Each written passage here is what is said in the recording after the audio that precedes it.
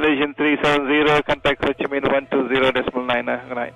Good night, Malaysian 370. Breaking news tonight, a Malaysia Airlines flight with 239 people on board, including 4 Americans, has gone missing.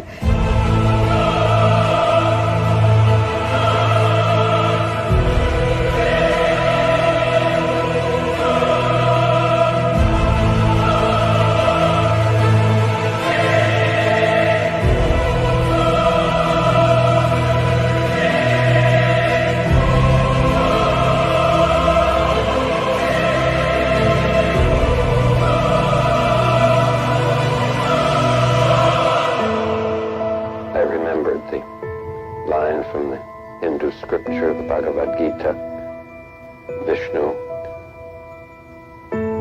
is trying to persuade the prince that he should do his duty, and to impress him takes on his multi-armed form and says, "Now I am become death, the destroyer of worlds." Chat, thank you very much for being here on November 13th after the UFO hearings. We have to jump right in and talk to Jordan Sather. We're going to do a debrief summary of what happened, and it's happening right now.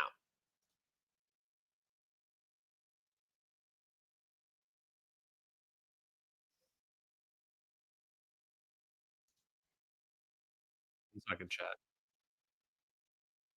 Corporate contractors really has information surrounding 0-point energy and our theories, I guess, as to what's going on with this current mainstream congressional UFO disclosure. So there is Ashton. Let me bring him in. Make sure I hit the right buttons. And I sent him the invite, so he should be jumping on. What up, everybody? In just a minute here. Welcome. Oh, wait, you have sound, right? Unfortunately, Ashton and I were a bit busy today, so we couldn't watch the congressional hearings live, but I have been, that looks like it was started in 2017. You guys can hear us both, right? And honestly, guys, I thought this whole hearing and even this Immaculate constellation secret UFO program that's getting disclosed now, I thought it was kind of boring. But that's just me. I've been researching this subject for probably 12, 13, 14 years, and maybe some of the stuff I've researched was clickbait, probably was, but I'm confident that some of it was not. And with this Immaculate constellation project, this UFO hearing, it was kind of boring. Number one, trying to frame everything as a threat. Number two, just dealing with like photos. This Immaculate constellation project just dealt with images and radar images and things like that. So anyway, what's up, Hey, Jordan, what's up, man? Sorry it took me a minute to get this thing all set up and good to go. I'm also live on my YouTube channel, but I'm excited to talk to you about this today. I mean, there's been crazy amount of attention on it, a lot of eyeballs on it in general, and I want to deep dive into it with you. So looking forward to talking here. Let's go. So what have you seen? I know you were working today, so you couldn't watch it live, and I was traveling today, so I couldn't watch it live. But what have you seen in terms of clips from the UFO hearing or things you've heard, and what are your thoughts? Yeah, I've seen pretty much the whole thing now. I missed parts of it, cool. But I did go back. That's part of the reason why I'm late, is like I've been watching so many clips from it. And this is my first impression is people that are on the outside that are really maybe not fully aware of exactly what's going on, or in some cases, people even who understand there's something going on here, might not seem like that there was anything really special that was asked. You know, it was a lot of the same stuff that we've heard before. Aliens are real. We can't tell you where it's coming from. You know, like if you ask anything about the government's interactions with it, they say, oh, we don't know, what have you. They fly underwater. Great.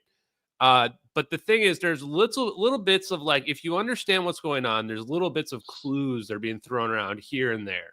A lot of it which can corroborate some stuff that's publicly available information. And so that's what I want to kind of dig in with you as well on in terms of like, what do we get when we read between the lines on some of these guys? And I'm coming at it from my background, if you're not familiar, is like a completely neutral perspective. I don't really care what non-human intelligence is all about. And you know, I'm willing to believe there's science and technology that's hidden from us if it's something that we can understand. But I'm not one of those people that believes that like there's some physics of the universe that humans can't possibly comprehend. Like I'm not really like I believe in like empirical data, basically. Yeah, no, and that's why I wanted to have this chat with you, is because you've been diving deep for a while now into the alternative sciences and all that. And my background coming into this is one of skepticism, but also somewhat open-mindedness, but also having a tough time trusting the government, rightfully so, having a tough time trusting the intelligence community, and wondering if we're just being played by some sort of half-truth, some sort of softballs, bubblegum disclosure they're throwing at us to try to cover up even more, right? And I noticed a lot during the hearing. Because I want to go for it kind of on that. So it's like, I would say, yeah, there is that going on. And doesn't it kind of feel like there's a little bit of that going on? Like when they get asked questions, there's a lot of national security. I can't answer that national. I can't talk about this. Let's talk about this in a closed setting. I can't. That's the talk biggest about criticism. This. Even Nancy Mace tweeted about that. She said, like, if anyone says this again, I'm gonna shoot them to the moon in the spy balloon or whatever it was. But that's a big thing. So what is it they're holding back? They admit they're holding something back, right? And so this is the thing too, is that they're telling the truth, that they're holding something back for national security. It tells us two things. The stuff they're telling us is not national security. So when Lou Elizondo says there's aliens are real, we're not alone, that's not really a national security issue then, right? And why would it be? Right. Why would it be? And he's open about, what I wrote in my book and all the things I've said. I've been clear to say. But on the other hand, I've noticed inconsistencies and contradictions. A year or two ago, Lou Elizondo and many others in the media, this is a big aspect of this sort of mainstream UFO narrative since 2017, is that none of this is ours. None of this technology, none of these craft, none of this technology, it's definitely not United States government. It's nothing we have. It could be aliens, it could be Russia or China, but it's not government. And this, Lou Elizondo was even on a podcast not too long ago saying that. But then in his testimony today, he suggested, it could be corporate contractors. When he was being asked by Nancy Mace, he briefly said, well, it could be us. I don't know. So he's kind of contradicting himself, and 100%. And we caught him too in the Jesse Michaels interview. He actually mentioned free energy as being the example of the technology that would be something that's so far beyond our current paradigm that you can just see how disruptive it would be. I mean, just the idea that this free energy can be a thing breaks people's minds. But the contrary view is, well, once you understand it, once you actually go look at the physics and go, they're really talking about 0-point energy here. And our current understanding is that it's there, but we just can't really extract it. You're going, that's like, it's a good candidate to explain an exotic fuel source that these craft might be using. But even if they exist, what reason do we have to believe that it's aliens? If we really just critical about that question for a second. And have we seen any aliens? Have we seen any manted people coming out of these orbs and spheres that they keep referencing in the hearing today? No. Has Lou Elizondo or Tim Gallaudet, have either of them ever seen an alien? No, I don't think so. They've been on a lot of interviews. So why do we really think that it's aliens? Because the technology is beyond our public understanding. So we just think that's a key word there, public understanding. Exactly. When I was on the airplane today, I was sitting there reading a book, and it's called The Secrets of Anti-Gravity Propulsion by Dr. Paul Laviolette. It's probably the second or third time I've been through this book, but Paul Laviolette digs into how a man by the name of Thomas Townsend Brown back in the 1930s and 40s was figuring out how to make metallic discs levitate with high voltage electrostatic charge. He called it electrogravitics. And there's a lot of evidence to suggest that Thomas Townsend Brown was working on projects for the military, maybe even the Philadelphia experiment and other projects dealing with this kind of levitation technology. So if the military or corporate contractors were doing this back in 50, 60, 70 years ago, that's what I'm wanting to get disclosed, right? I don't care about this ATIP program that was in 2008 dealing with, I don't know, again, photos or reports. or this Immaculate constellation program dealing with images in 2017. Like what's been going on for 60, 70 years, right? Yeah. Now, if yeah. this whole disclosure of Immaculate constellation and everything else we're seeing now, if it's a part of some agenda to soft disclose these big ideas to the public so the rest can come out, okay, I can understand that. I would be for that. But I'm worried that this whole ATIP, Immaculate constellation, everything since 2017, I'm also worried that it's being used as a limited hangout disclosure to keep secret the shit that's been going on for 60, 70, 80 years. So yeah, that's a good question. And things like, yeah, we've seen this document, but it's probably not an official document. It's probably a transcription from somebody who's a source, quote unquote. And even if that's the case, though, it still can be real. You know, it doesn't mean it's necessarily fake. But yeah, I think that to a certain degree, for sure, there's it's a psyop, in my opinion, that they really aren't being asked a lot of questions about what the energy source is, or the technology in general, in terms of when are we getting that technology out in the public? Like kind of a big question. It sounds like you got some crazy technology that could change our entire civilization. You don't get that question because that kind of psyop they throw out there at you, that focus on this alien stuff might be real, that then you're not thinking about, how do I try to understand this technology? Because if we find that would change everything about our planet. That's what Luna asked Gold, and he said that the energy source, or she asked him about the energy source, and he said that's a national security issue. He said, if there's something out there and people are getting it, then whichever country, has it, including our adversaries, that's a problem. To me, that's what this is all covering up.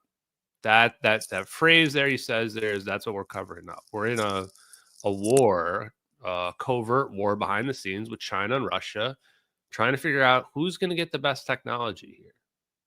And you're right with T.T. Brown. You're 100% right. Electrogravitics. This was actually figured out by Kaluza Klein in 1926. They had a unification theory of electromagnetism and gravity using an extra dimension. And now we understand that ether is, like Maxwell would call it, is really just the 0-point energy that's all around us. But these are old ideas that have come anew again. And the question there is, like, where can you take this? How far can you go with this? To me, the thing that was important about the Immaculate constellation, you're right. Like, why is this really important? Well, if you have two videos that are in sync from two different perspectives, filmed by the military, and you can see in there a literal giant airplane getting disappeared, now you say, oh, well, this understanding of physics that was withheld from us explains that weird video that we're seeing in infrared and thermal. And those Immaculate constellation documents basically say those are two of the primary sources of collection mechanisms that we were getting, that they were using to track, quote unquote, UFOs. So they can still have that program. That program can exist, and the narrative of them using aliens can still be a cover up, especially because how can other countries not have this technology right now? In fact, how do you even differentiate between who's weird orbs or whatever people can make, flying saucers, whatever you want to believe? How do you even differentiate those things? You'd have to have a really good collection mechanism.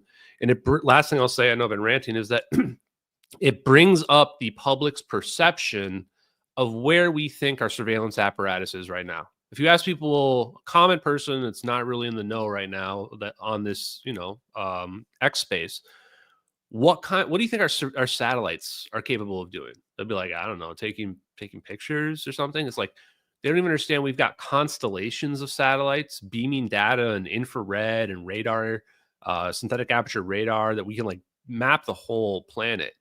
And why, if that's the case, why can't you just have like video playback? Well, you can, and we do have that. And if we have that kind of system, if there's UFOs, we're seeing them everywhere. And that's what that Immaculate constellation program is basically saying. We've got this program, and nothing on this planet is hidden, and we're tracking it all. Yeah, something's still sketchy to me with all this. We got a couple of requests for speakers, which we'll get to if y'all have questions. I got one rant to go on real quick, and then we'll get to the questions. We're seeing a lot about the crash retrieval teams and reverse, crash retrieval teams going out and finding some downcraft or whatever. There's a lot of theory or suggestion of that within these mainstream or these government disclosures. But you and I, Ashton, have been talking about human inventors 100 years ago who were working on their own personal unified field theories, largely ignored by science and the establishment. But people like T. Townsend Brown, Tesla had his dynamic theory of gravity. John Hutchinson was working with electromagnetic fields, magnetic charges, and making things levitate. So there's a lot of human inventors that can do this and have done this. They've just been either ignored or suppressed. I wonder, I theorize, if this whole crash retrieval aspect of this mainstream narrative now is a way to cover up the fact that humans can and have done this, and so they can kind of sanitize that out of history and not have to admit fault over that. Again, kind of like in the name of limited hangout disclosure, and then they'll start disclosing some of this exotic propulsion or this zero-point energy technology, but say they got it from a crash they retrieved like 3 years ago. Dude, that's a good point. And there's a person you need to add to your list. Like, I can give you more physicists that you need to look into. Right off the top of my head, Ken Shoulders should be on your list. He was actually in an video interview with John Hutchinson, actually. And cool. Ken Shoulders got an apology letter from Richard Feynman. Richard Feynman and Julian Schwinger won the Nobel Prize in 1965 for quantum electrodynamics, which was pretty much some of the earliest foundations of really modern quantum mechanics and the idea of zero-point energy. And the other people you need to know, in addition to Ken Shoulders, Ken Shoulders understood this idea of plasma having this self-organizing property, which if you go look at videos of plasma in outer space, you can see it self-organizing. But then it would have this kind of perpetual pulling of extra energy that he couldn't account for without it coming from energy all around is 0 point. Hal Puthoff is another person you need to add to your list because he's in my I've heard of Hal Puthoff, familiar with that name a lot. He's quite connected to Stanford Research Institute and the CIA, though. So I got questions on that one. He might be like Puthoff, but I'm bringing it up because he might be like the final boss. He might be like the ultimate god, like the godfather of the technology. Like, I have tremendous respect for his work, but he also might be like a primary gatekeeper. I'm just saying. I'm just throwing it out there. I told you, I'm an unbiased person. that would make sense to me. Salvatore Paez. Yep, somebody had it in my chat as well. Salvatore Paez has to be talked about on these lists. Like, this guy has 5 patents, man. 5 patents that are all U.S. Navy patents, and we just kind of and the fact his patents did get classified. Some weird 5D disinformation campaign. Like, no, dude, those are just real patents. Like, what we should be asking is, when were those tested? Who tested them? What were the results? Like, why did we patent this right now? Like, are we afraid? And I'm also, with Salvatore Paez, I'm also asking, how the hell were his patents approved and publicized and not stricken secret under national security under the Invention Secrecy Act in 1952? So that also makes me theorize and wonder if there's some sort of like battle for full disclosure where you have some groups in the military industrial complex pushing for half-truth limited hangout and other groups in the military pushing for more of like a full disclosure. Let's get more stuff out there, more science. Because here's the thing, right? What if it's the establishment had to? What if, before you go to the next slide, what if it's go for it? One group's pushing the limited hangout, half disclosure, half not, and the other one wants no disclosure at all? What if there could be multiple groups. One wants full disclosure, one wants half, one wants none. This is why I wanted to talk to you, though. Keep going. I want to hear more of what you had to say there. Where was I going to go with that? Oh, I was just going to kind of finish that thought of, the whole crash retrieval thing. Maybe that's their way of not having to admit what they've actually been doing for 80 years. Because the thing is, if they admitted that humans have meddled and figure out some things within these alternative science domains, exotic propulsion, 0 point energy, if they admitted that has been going on for 60, 70, 80 years, then that would destroy the paradigm of science and physics. They would have to admit so much wrong. Sorry, we got so many things wrong. We pushed these, incomplete laws of thermodynamics, incomplete relativity theory promoted them as fact. We lied, or we fucked up for this long. We're sorry.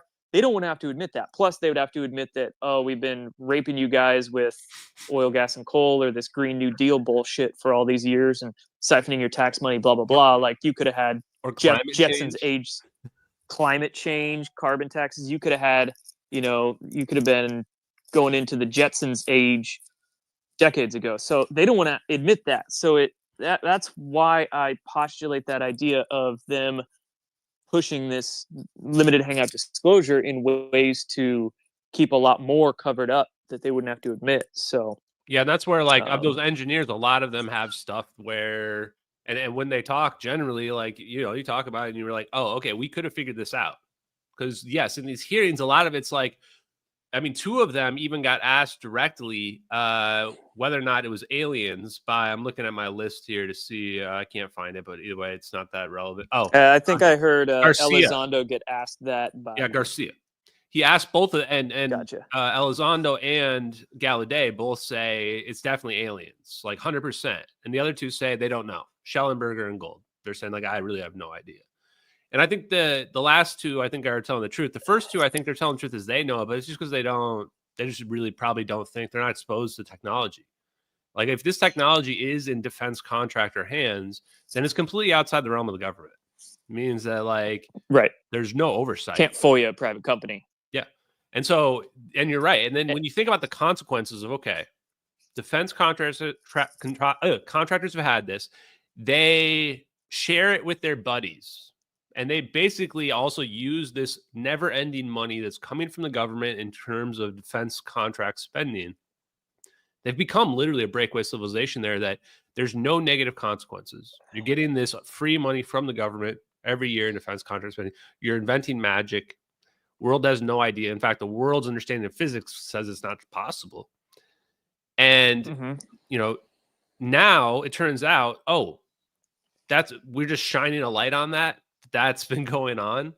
These civil liabilities for the cover-up are huge. Like we've been playing favorites with certain defense contractors. It's not a free economy. So now companies can sue. They can sue company A, like Lockheed Martin, or any of these other companies that are doing this. Like we have like basically a cartel going on in our own government right now with these defense contractors. So how can they even let this come out? All the psychological operations. Turns out climate change was a big scam the whole time. We've been hiding technology that is infinitely better than solar and wind. Just hiding it. We know that there's energy all around us, so we can just extract it directly through several different mechanisms. Like, okay, so that's a whole scam, and that's just one example. There's many, many more. So I'm also with you on the kind of the idea that it does seem like they're using this alien stuff and we have to talk about it in a skiff whenever you talk about anything like, does the defense contractors have this? Do we have this? Because of course, like at some point, how will we not have figured it out? Like it's been 80 years or so. Like you said, this can go back to the Philadelphia experiment, 1943, by the way, guys, Philadelphia experiment.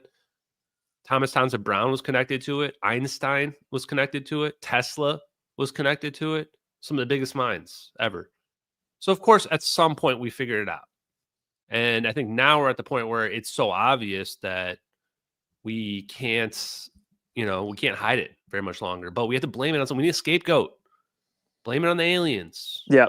It's the aliens. We found the technology from the aliens. But, again, I'm open-minded to it. And the funny part is, even if we do blame it on the aliens, it doesn't mean aliens aren't real. Like aliens can still exist out there somewhere. Just the real hurdle from the scientific perspective is like, how are they getting here? So, go ahead. Yeah, no, I definitely believe that there's life out there in the cosmos. But I think most of these UFOs or UAPs or, what we have to focus on is what's going on right here on the planet and figure that out. And then we can start dealing with cosmic galactic things. All right, we got a few requests for questions, so let's kind of rapid fire through these questions. I think I don't know who was first. I'm just going to touch on the first person that comes up in my app here. So 0 Point, energy disclosure. All you, bud.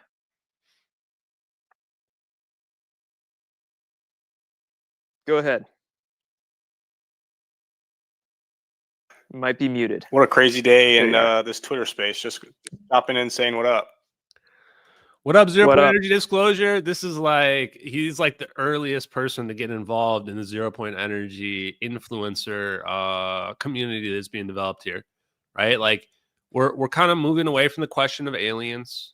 In fact, that was kind of brought up today too, which is like, look, enough talking about aliens. Like, what's going on with the technology? Are we hiding it? Why are we hiding it? Is it going to be doomsday? Are we afraid our adversaries have it? Why aren't we giving the free energy technology to our own citizens who are suffering and homeless and have nothing, can't pay for food? Like, this is where we want to move the conversation. And this is a great time to do it. We got a new administration coming in, right? We got, screw the old administration. We just got all these appointments that just came out today as well. I mean, I'm excited, guys.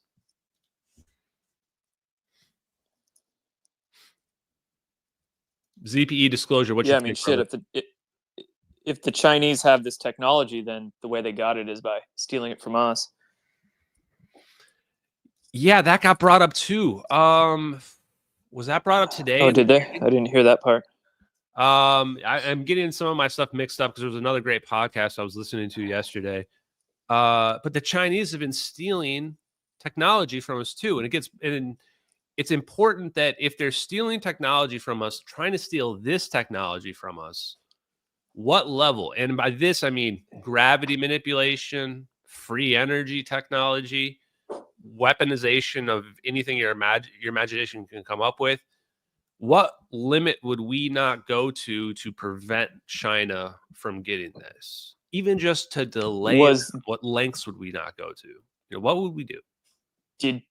Did China steal it, or were they sold some of that technology by Hillary Clinton and cabal folk? Maybe somebody was saying that too. Trump said that Obama sold out our hypersonic missiles to Russia. That was a bold claim for him to just throw out there out of nowhere. It does make me wonder how much backdoor dealing goes on.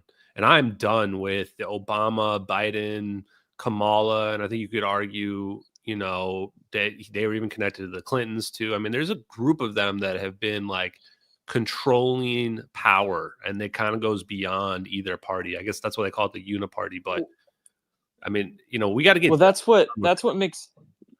I was gonna say that's what makes me wonder about all this being a big old limited hangout half-truth psyop, is because you look at the WikiLeaks emails from John Podesta that in 2016, not only was all the questionable food code words and pedo stuff in that, but there was they were talking about 0 Point Energy and Tom DeLonge, Edgar Mitchell, others emailing with John Podesta. I mean, it's like if the establishment was planning on Hillary winning and they were prepping this whole UFO disclosure to come out if Hillary won in 2016, you could see the pre-planning for that.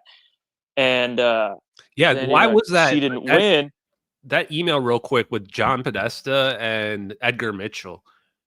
There's two of them where he's like, I desperately straight up say 0 Point Energy in it. Yeah, he straight up says it. He says we straight up need to get 0 point for exactly the reasons I just brought up. He's like, climate change, we can end climate change immediately. Like, this will change everything about our civilization. And I think the world just kind of like, oh, he's an old kooky astronaut just saying kooky things. But it's like, what if he just legitimately knew? I agree with you. Like, I actually thought even before that election, that they had planned on Hillary Clinton being like the disclosure person. I'm going to tell everybody aliens are real. And it's funny because back then I would have thought, yeah, aliens are real. I've been one of those people that's mystified by the puppet. Yeah. Then you look at the puppet strings and you're going, wait, what's powering that UFO? How did those aliens get here? Exactly. Like, what's going on physics-wise there, right? It's like they were planning this disclosure in 2017 to probably be way bigger and more drastic than it was. But then since Hillary didn't win, they had to slap some shit together real quick. And then Lou Elizondo and Chris Mellon had to take these black and white videos that were never classified. They were rush them over to the New York Times and say, oh, shit, we got to slap this shit together and get it disclosed. I don't know. But it's just weird. I want to get to a few more. Let me point out a few other things. Quick summary for Please do, and then we'll get to some more questions. Yeah, and then we can. So Tim Gallaudet and Michael Schellenberger both brought up points about our surveillance, that we have satellite video. I don't think this has actually been mentioned in the public before today by people, at least not a congressional hearing. I've been saying it for a year. And that we film in infrared and thermal, and that we also have low Earth orbit surveillance, which I have a feeling we have more low Earth orbit surveillance out there than what the public really knows, which would mean that you have extremely high quality imagery. Elizondo was specifically asked, like you said, do we know if the contractors have the technology? Very good question, right? Dodges it. Have to ask that, answer that in a private setting. Very telling answer, because that means that basically he knows they do have it, but can't talk about it because the person pulling the strings is the private contractors. Moshowitz asks, you can't talk about Fight Club if there's no Fight Club. And I thought this was a great point, because there has to be an energy source. Like, that's kind of the whole point I'm trying to bring up when I say, like, if anything is getting to us, if even we see an object that's floating in the sky, defying what we think are laws of gravity for a prolonged period of time, you ask where that energy is coming from that allows it to do that. It's nothing that we can possibly understand, because of E equals MC squared. Whatever fuel source would be getting used is going to weigh the craft down, and that causes it to take more and more energy to do what it's doing. So our conventional view of fill the tank up and burn the fuel, that must just be, we've come up with that way of doing things, but that's not the most efficient way. And looking at the world from that perspective that's the secret. That's what's going to change everything. Last couple comments. Gold says, this is this NASA witness guy. The vast majority of what they're seeing are drones. I have this feeling they're using this as a code word now, where they're saying drones, and what they really mean is, like, we're not showing you what our drone quote unquote technology is. Same with, like, maybe China's drones quote unquote. If what stops a ball of energy from being a drone? Just whether or not it can be sustained. If it can, then now that's a drone.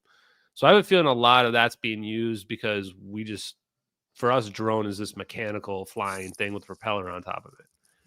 Yeah, it's a very vague word that brings in Yep. this baggage of thought with it, but it could really mean anything when people are using it. So yeah, it could be code word. That's a good point. A few. They actually were all asked about hybrids by I saw Gilbert. that. Yeah. She had actually a really funny thing that she brought up about Joe Biden's 80 million votes and the Earth being flat. I think she was just trying to go viral. But yes, so none of them know anything about hybrids, which I think it really separates. They really want to be seen as not conspiracy theorists. Like, they don't want to be Alex Jones. I think in their minds, that's what they're afraid of, even though some would argue Alex Jones has been right about quite a few things that are out there. Not everything, but some stuff. They get asked about why overclassify it. Why is this being overclassified? I think this is the thing that people really have to go back to is, why are they allowed to talk about aliens? Well, they're allowed to talk about aliens because that's not the national security issue. The thing that you're overclassifying, if we go back and look at history, the stuff that's been the most classified ever is surveillance capabilities. That's what was brought up related to this constellation thing. And then the other one is our weapons, nuclear, atomic. The atomic energy. Act, Yeah. Energy.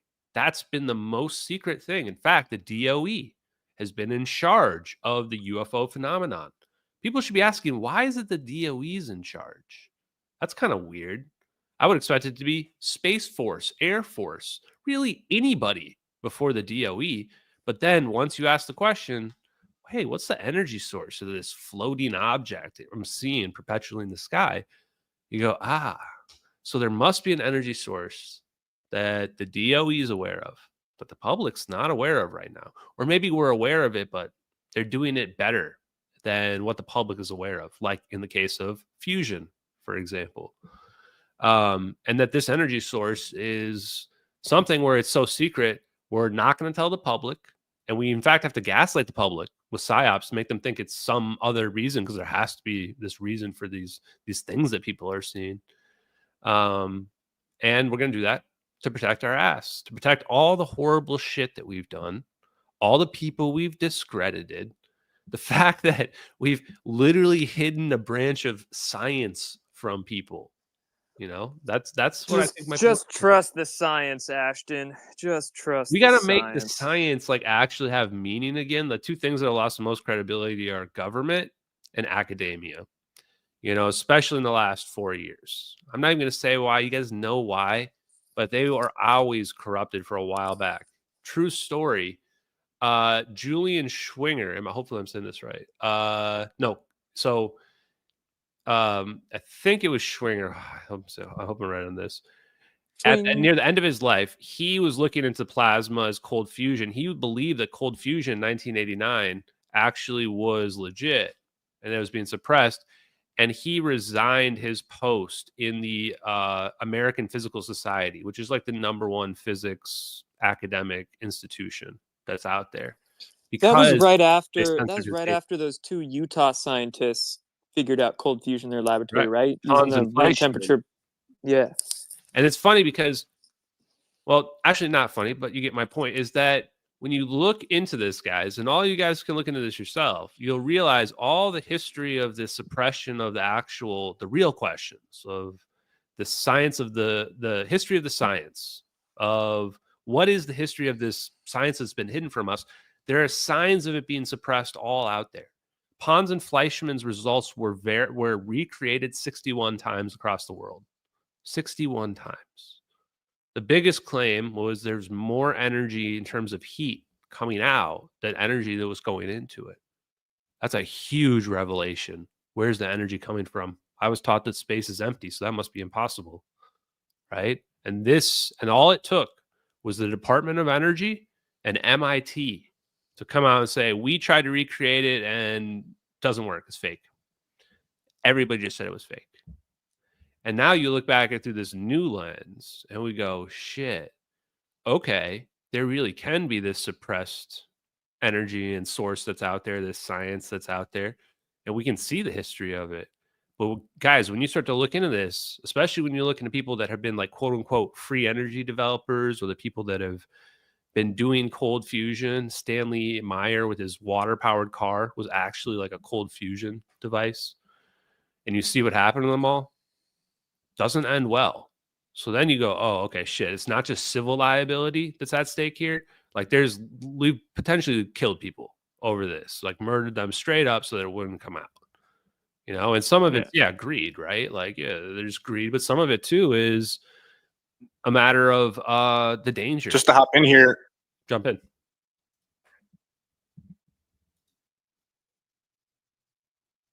Did he just say just to hop in here and disappeared for you? Yeah, Eugene Maloff, going back to the Fleischmann and Pons, when he was claimed to be beat up by a bunch of thugs. Yeah, and Eugene Maloff worked at MIT, right? And he also resigned MIT because he believed they were basically cooking the books against cold fusion. And then he started New Energy magazine, I think it was. And then I think Eugene Maloff mysteriously died in early 2000s, like beat to death in his home, if I'm getting that correct. Yeah, it's crazy that there is just a huge branch of physics that's been suppressed. And all it really took to mess us up, to really make us forget that we can manipulate gravity, was changing one set of equations, Maxwell's equations. James Clerk Maxwell, father of electrical engineering. He had 19 equations, something like that included a scalar potential. And we just decided, well, scalar potential, you can't really measure it, so it must be zero. Really, this is what we did. And so Oliver Heaviside really reduced it down to 4 equations. But we have experiments that prove that we can't just get rid of that scalar potential. There's effects that we're seeing that require there to be a medium going on. And the best one's the Ehrenhoff-Bohm effect. This is one that triggers physicists the most. If you want a real experiment that triggers people, you say, what about the Ehrenhoff-Bohm effect? You take a solenoid, which traps all the electromagnetic fields within it, just a cylinder, and you shoot beams of electrons or photons past it, and you will see a phase shift versus having there be nothing there. And you go, well, wait, there's no electromagnetic fields there. So how can that on the outside of this solenoid? So how can this be causing there to be a reaction? And it was, oh, there must be potentials on the outside of this solenoid that we are not accounting for. And once you take into that concept, you realize, oh, ultimately you get to this idea that space isn't really empty. Like we are actually fish in a fish tank that don't realize that we're sitting in water. It's not just air that we've got all around us, but at the smallest scales, we've got like energy all around us. And that's what's really going to, blow people's minds from the mainstream perspective. And then how do we even deal with that? How do we deal with that? All right, man, let's get to a few more of these requests here. Going to UFO timeline. How's it going, man? Oh, good. Oh, it's Tuba. What up, man? How you? Good to see you guys. Wow. Dude, yeah. So were you on the stream earlier today? I wish I could have joined, but I had work going on. I was over in Red's stream today. It's his birthday today. We were celebrating. Oh, happy birthday to Red if you're out there, brother.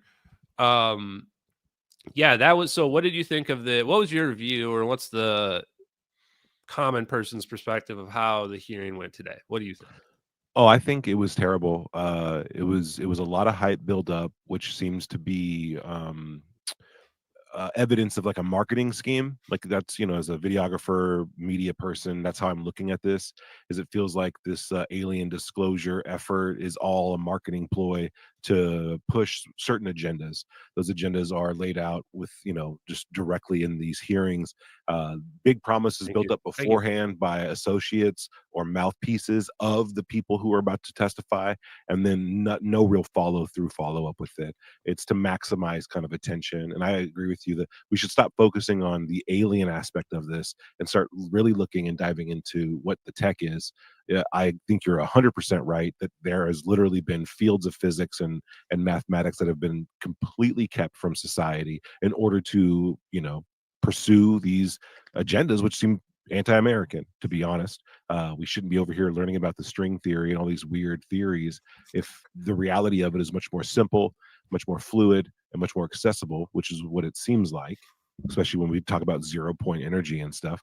A lot of this stuff has just been kept from us due to keeping us in the dark, like about big ideas, not so that we don't get the answers, but so that we don't even know what questions to ask. And the hearing today from Schellenberger, Gallaudet, Elizondo, and Gold, like they were all offering like nothing. It almost seemed like some of them were giving 10%, not even like 50%. As soon as they were pressed, it was, I can tell you in a skiff or secured thing. I'm here to drop very specific pieces of information about very specific things that are going to be built up later on or in the next Netflix show or the next whatever, when I sell the next book and all this stuff. The time they should be proof. This hearing today should be the last straw for people who are thinking that they're going to get answers from these people. And instead of going out and looking for themselves, I think it's time to start looking.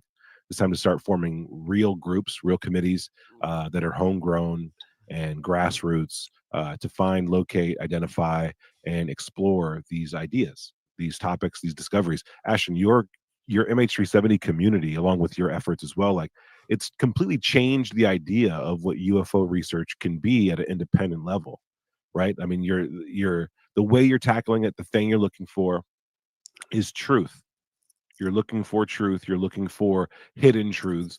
You don't seem to have an agenda to press some idea that, like, a lot of people who press the alien agenda, they're always judging humanity, but saying that the aliens are judging humanity. They're always criticizing everything and then coming to the conclusion that they actually are in line with the aliens' opinions of us. That's so weird. It's so much projection. It's so, it's a dangerous thing to do as well, is to assume these aliens share your feelings, your criticisms, your judgments about mankind. Like, who are you? You know what I mean? So to avoid all of that and focus strictly on the science, on like the paperwork, on the foundational science, on these moments, you know, like you mentioned Thomas Townsend Brown earlier. We're talking a guy who was working with anti-gravitics in the late 20s, early 30s. You know, this is kind of, it's bananas. But through your community, through your research, I've actually been able to, I don't know, validate a lot of stuff when it comes down to this hidden physics idea, because there's a lot to it. And I honestly think, if I'm critical of the UFO community, I think there's a lot of people out there that they're looking for meaning. We all are. We're all looking for meaning in this world. And I think that there's a lot of people that think that, oh, well, if aliens end up being real, then everybody's going to accept that, and we're going to enter this utopia where everyone's going to change their perspective. And, you know, and some people's like, we're not going to have Republicans anymore. They're all going to realize that Democrats were right the whole time, blah, blah, blah. And in other people's cases, it's like, oh, well, this religion is going to be right, or this. It's not really what's going to happen, like, at all. Like, the alien thing is not going to change what's going on around our world at all right now. And it is a big, profound thing. But I'd argue, like, we've kind of moved past that, like 10 years ago or more. Like, after we started like looking at just like moons and planets in our own solar system and seeing that we're seeing stuff that is like powerful indicators of life. Like, we're looking at Enceladus and we're seeing, like, I think it's Enceladus. Don't at me, guys. We see there's like rifts, and we know there's an ocean. And in some cases, we can see this like coloration that might be indication of like some type of organic process happening. We look at Mars and we see seasonal methane, which is like a powerful indicator of a biological process happening somewhere that's not geologic. And to me, it's just like, okay, life has got to be out there somewhere. Like, if we're just seeing like even bacterial life just in our own backyard, universe is a huge place, probably out there somewhere. Great. You know, for me though, it's like, what are you doing for me lately? And then the last thing too is that how are you even getting here? Or even if you're on our planet and you're more advanced than we are, like, what is it that you understand about physics, the universe, reality that we currently don't understand? You know, and there's big questions that we are trying to answer in physics. And turns out there's a direct overlap here.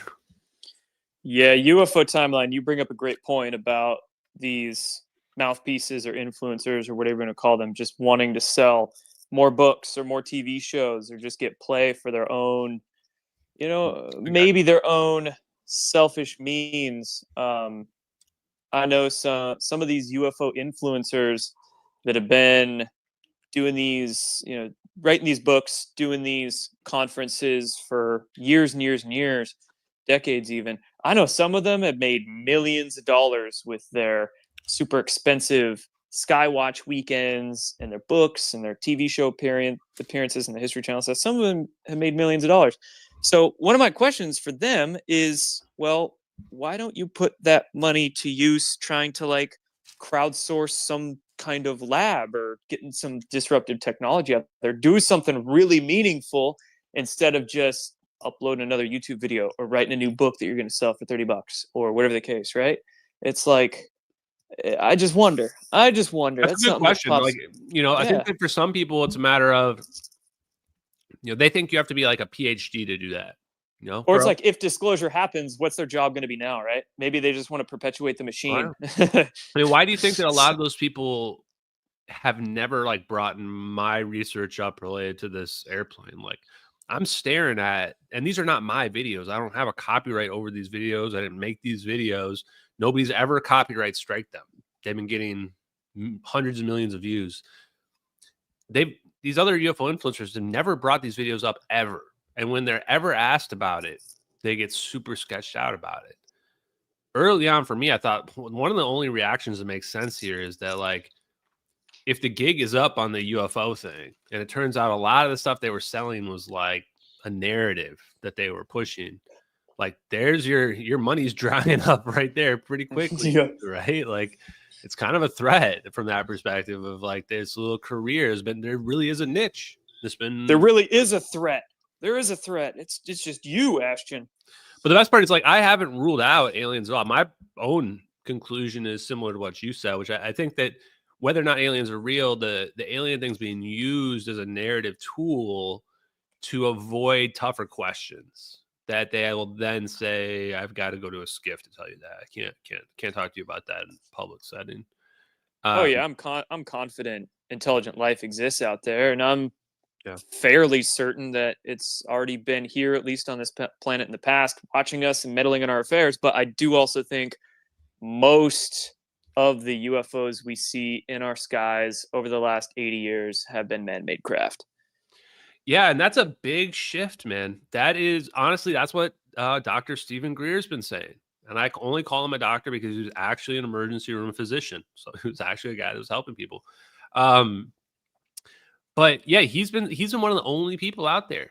And why has he been so on point? And again, this means like no matter who. He's also never gotten censored though, which I wonder. I got some questions. No, he did get Greer, censored. though. His Joe Rogan interview was pulled. You can't actually find it right now. Yeah, but he's got Netflix shows and documentaries and all kinds of stuff. I don't think he's on I Netflix. wonder about Greer.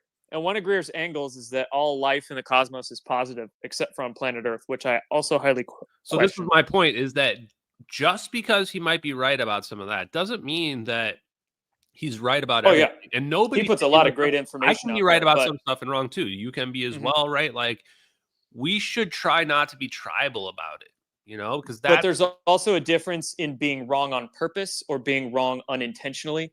And I wonder if sometimes Greer is wrong on purpose.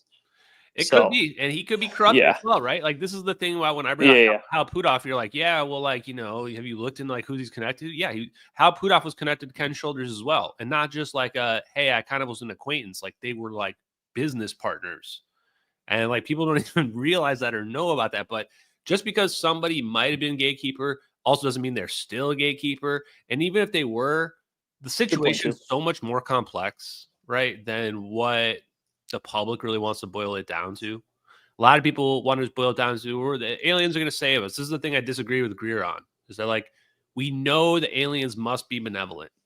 I don't like that view as much as I don't like the idea that like Lou Elizondo and some of these guys are pointing out that it must be malevolent, it must be evil. It's like, dude, I don't know. My personal view would be like, they probably don't give a shit about us and treat us like ants. If they've got why not both? Yeah, right. Like, yeah, why not both? There can be some, you know, shit. There can be some good ones. There can be some bad ones. This is where I was joking the other day. I'm like, you know what? We're gonna just have the best aliens. Whatever aliens you want, we're gonna have them. The universe is huge, bro. We got everything: happy aliens, sad aliens, angry aliens. We got blue aliens, purple aliens, manted aliens, white aliens. For some reason, everyone loves the white aliens. Mandatory DEI training. We're shifting all DEI resources. Space racism. That like the Nordics the most. Yes, there's so much space racism. It's be fun. And then plaguing the topic. Hey Ashton, I just want to say real quick, man. I've gone ahead and put the MH370 case in the timeline. You can find it in 2014. Your research, your interviews, a lot of the better ones are in there. Please let me know if there's anything else I should add in there as far as in the video or image category. And yeah. I'm also going to go through and add in all the supporting paperwork and patents and amendments. I have the Mansfield Amendment in there already. Anything like that, I'm an open That's book. huge, dude. I heard that your resource, Tupa has like the best UFO resource out there. If you're like a UFO nerd, or if you're just curious about like the history of some of these cases, some of these ones that have like a lot of documentation to them, check out the UFO timeline. Like literally that's what the name of it is. That's his website. It's awesome and interactive. Followed. Sweet. Yeah. It's pretty interesting. Cool, so man. You can check that stuff out. And he put the MH370 stuff, but he's putting dope stuff in there, like the Mansfield Amendment, which was the amendment in, you probably have to refresh my memory, 1969, 1971, somewhere right around there. Basically moved all research from anti-gravity from the military to private contractors. Military was no longer allowed to research it because it didn't have direct combat implications, because it's gravity based. It's not weapons, but it turns out it kind of really is weapons in the end. So this stuff is important to understand, because you need to understand the context of the suppression and how things have gotten to the point they're at today. That's right. That was 1973, by the way. You can find it all out there. Years. Okay. Just a couple, but I mean, there's so many more little pieces of supporting science and advancements and discoveries that lead up to the MH370 videos, right? There's so much there because you look at them and you're like, okay, well, there's no way. I've never seen anything fly like that, so that's not real. Your mind almost can't comprehend it, and then there's this ontological shock when it starts to process it. You're like, well, what the hell? Wait a second. And then you go through, and what you've done is expert level research, going through and finding the foundations that make the videos real, that make them realistic, that make at least what you're seeing in there a viable option for what we know about physics now. It's incredible. So yeah, I'm gonna keep building that out. Thanks, brother. Yeah, no, I appreciate it, man. And yeah, for me, I mean, it's just a matter of getting the truth for this missing airliner that's still missing today, 10 years later. But then also just for our civilization to, because there is something being hidden here. Like there's something being hidden here. I think even if you're a hardcore skeptic and you're like, okay, aliens are fake. I can't believe that all the media would lie to me. That's not possible. Experts are the real experts and they would never lie to me. Science can't be bought out. Even if you're one of those people, you've got to admit there is something going on here. This UFO thing, and we're calling it UFOs. We're not calling it UAPs. I'll always call it UFOs. I'll always call it Twitter. I refuse the rebrands. It's just, and the UFO thing is just, it's stupid because it's like, you can tell it, people in a boardroom where like the focus groups they're not doing UFO. There's too much stigma connected to it. And it's like, this is the same bullshit they did with cold fusion, where then they just start calling it low energy nuclear reactions. And now they're calling it catalyzed fusion. And there's other names, the two that niche people use, because they're just so afraid. They're like literally terrified of just calling it for what it is. And I'm like, you know what? If we're doing anything here, we're breaking through all these barriers. We're breaking through this bullshit barrier. We're bringing back free energy. We're bringing back cold fusion. We're bringing back UFOs. You know, just cut the crap. Let's just make it simple and obvious for people. I want to get to a couple more of these requests. So do it. Sorry, I've got a good rants per hour going right now. It's all good. The first speaker I see with a thumbs up, I will tap on. But I got a quick rant in that, speaking of the rebrand, I've noticed the past 5 years or so from the mainstream science media, they've been calling a lot of this sort of alternative science. They're trying to form it into the mainstream mold. So they're calling it quantum. Quantum's the new buzzword. So they're talking about quantum communication systems and quantum energy and quantum this, quantum that. It's like they don't want to use the term 0 point energy or free energy or what have you. So they're just using that vague, sort of meaningless quantum word to gravity, quantum foam, quantum. Exactly. Like it's all quantum, and it's like they're just what does that mean? They're just avoiding ether. Like all the people that invented all this stuff all believe that there must be a medium. They're like electromagnetic waves. All waves need a medium. So they're like, space can't be empty. There's got to be something there. We even say like, we think the space between atoms is like the distance between planets scaled down. But you're like, well, what's in the middle then? Nothing? There's nothing there? More particles. Let's just build a bigger CERN with $100 billion more dollars to, line some pocketbooks. And like what I've realized too about a lot of that, it's like a lot of that's just kind of nonsense. Like, okay, we need to be able to name all these subatomic particles that are out there. It feels like what we're trying to do is we're trying to explain the stuff that's in the ether. We're trying to understand it. But at the end of the day, it's like, I don't give a shit. Like there's energy. They're also trying to launder money. Energy we can't see, right? Like, there's this energy all around me and mass all around me, and then stuff that's just at the quantum level, right? And there's stuff happening there. But why is that stuff happening there? And yes, I think they're just trying to rebrand the stuff. And when they don't have an explanation, they just literally make up imaginary terms like dark matter and dark energy. Like we literally just can't explain why the universe or how the universe could expand faster than the speed of light, which is funny because when you're talking about warp drives, teleportation, wormholes, this is, and when you talk about the UFO phenomenon, you're like, oh, that's exactly what a civilization would need to figure out as well. If you want to travel to anywhere, honestly, even if you want to go to Mars, like I'm not going on a Boeing rocket. I'm not going on any rockets. I'm not going to waste 9 months of my life. Yeah, it's like the 6 months at best to go to Mars.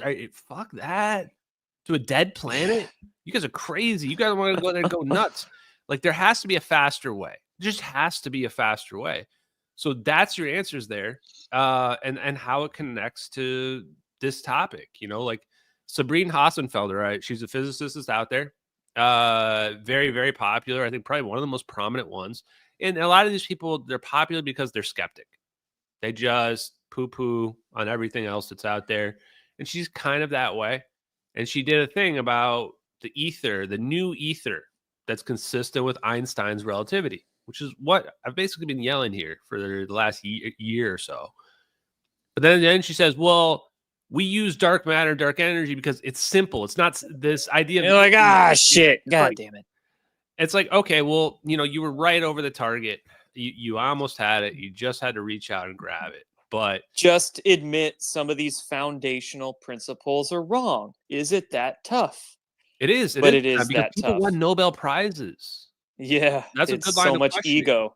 Yeah, people. So much ego. People won Nobel Prizes for stuff that's going to be considered fraudulent now in the future.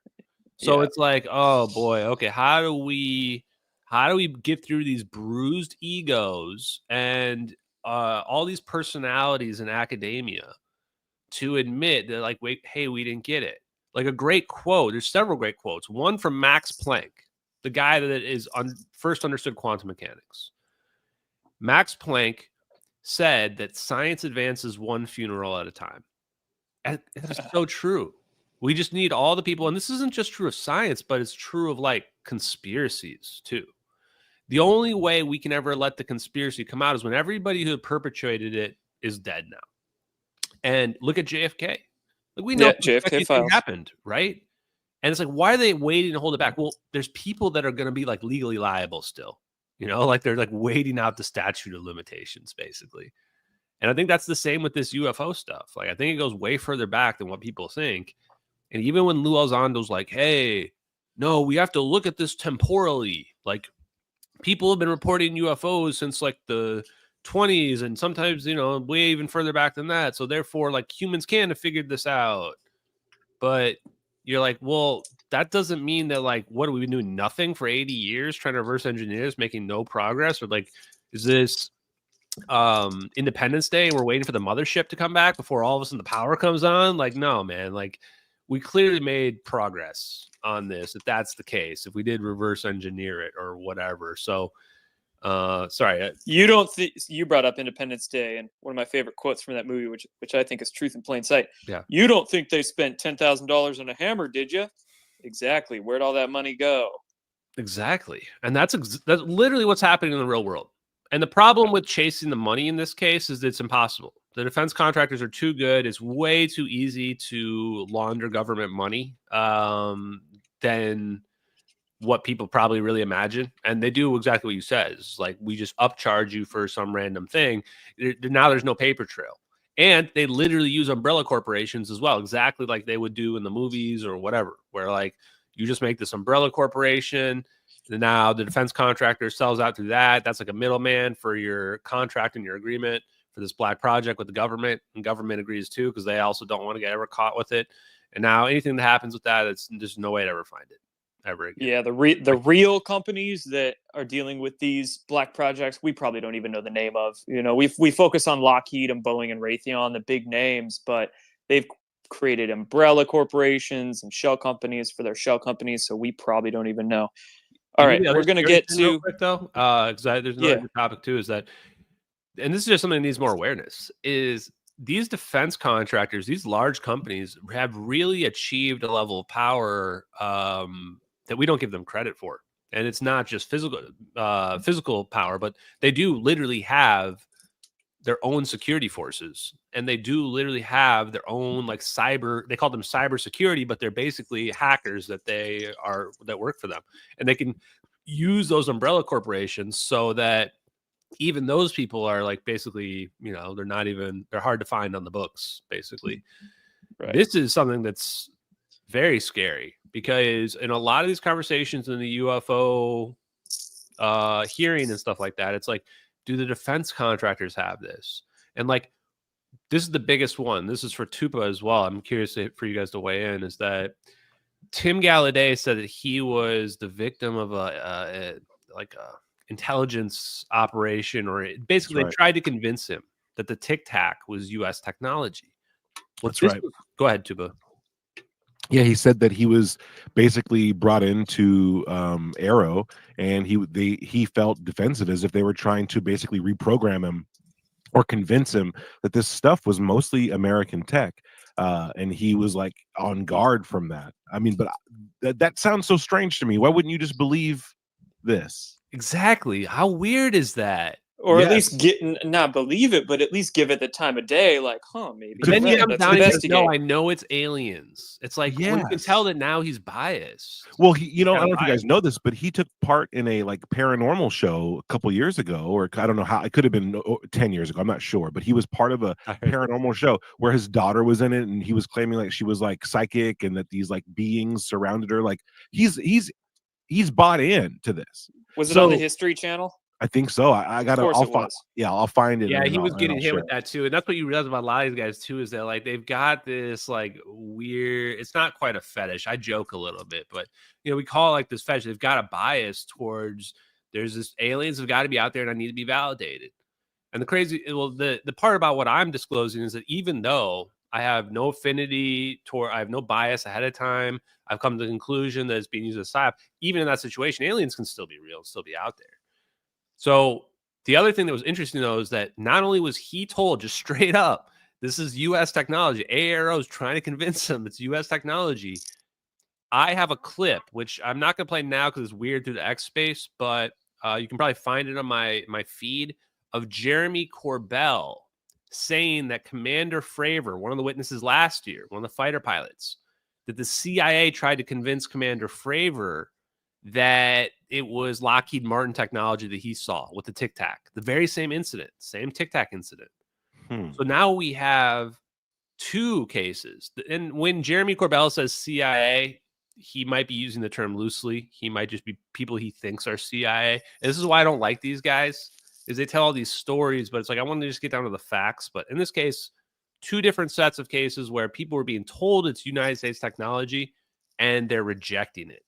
Lockheed Martin or Commander Fravor was basically like, no, I would know if that was U.S. technology. No, he wouldn't. Yeah, he's so confident. He doesn't know shit about the defense, the Black Project. You know about planes, but you don't know about things that don't have wings. Like, we don't have that capability. Dude, do you realize that I'm literally saying that Lockheed Martin has gravity-defying technology while they're selling you F-35s for billions of dollars every year? Yeah, realize the implications of what I'm telling you. This is fraud on a scale that is massive. This cover-up has greater implications than whether or not life exists somewhere in the universe, right? But here's the third bit. I was just listening to a podcast yesterday. It was a great podcast. Hal Puthoff was on it. Ryan Graves was on it as well. And a guy that, I don't know, he seemed quite in the know, but Ryan Graves said, and I had heard this before, that the Tic Tac or some of these other, it may have been the Tic Tac or different UFOs, I think it was the Tic Tac, he said, was returning a friendly signal.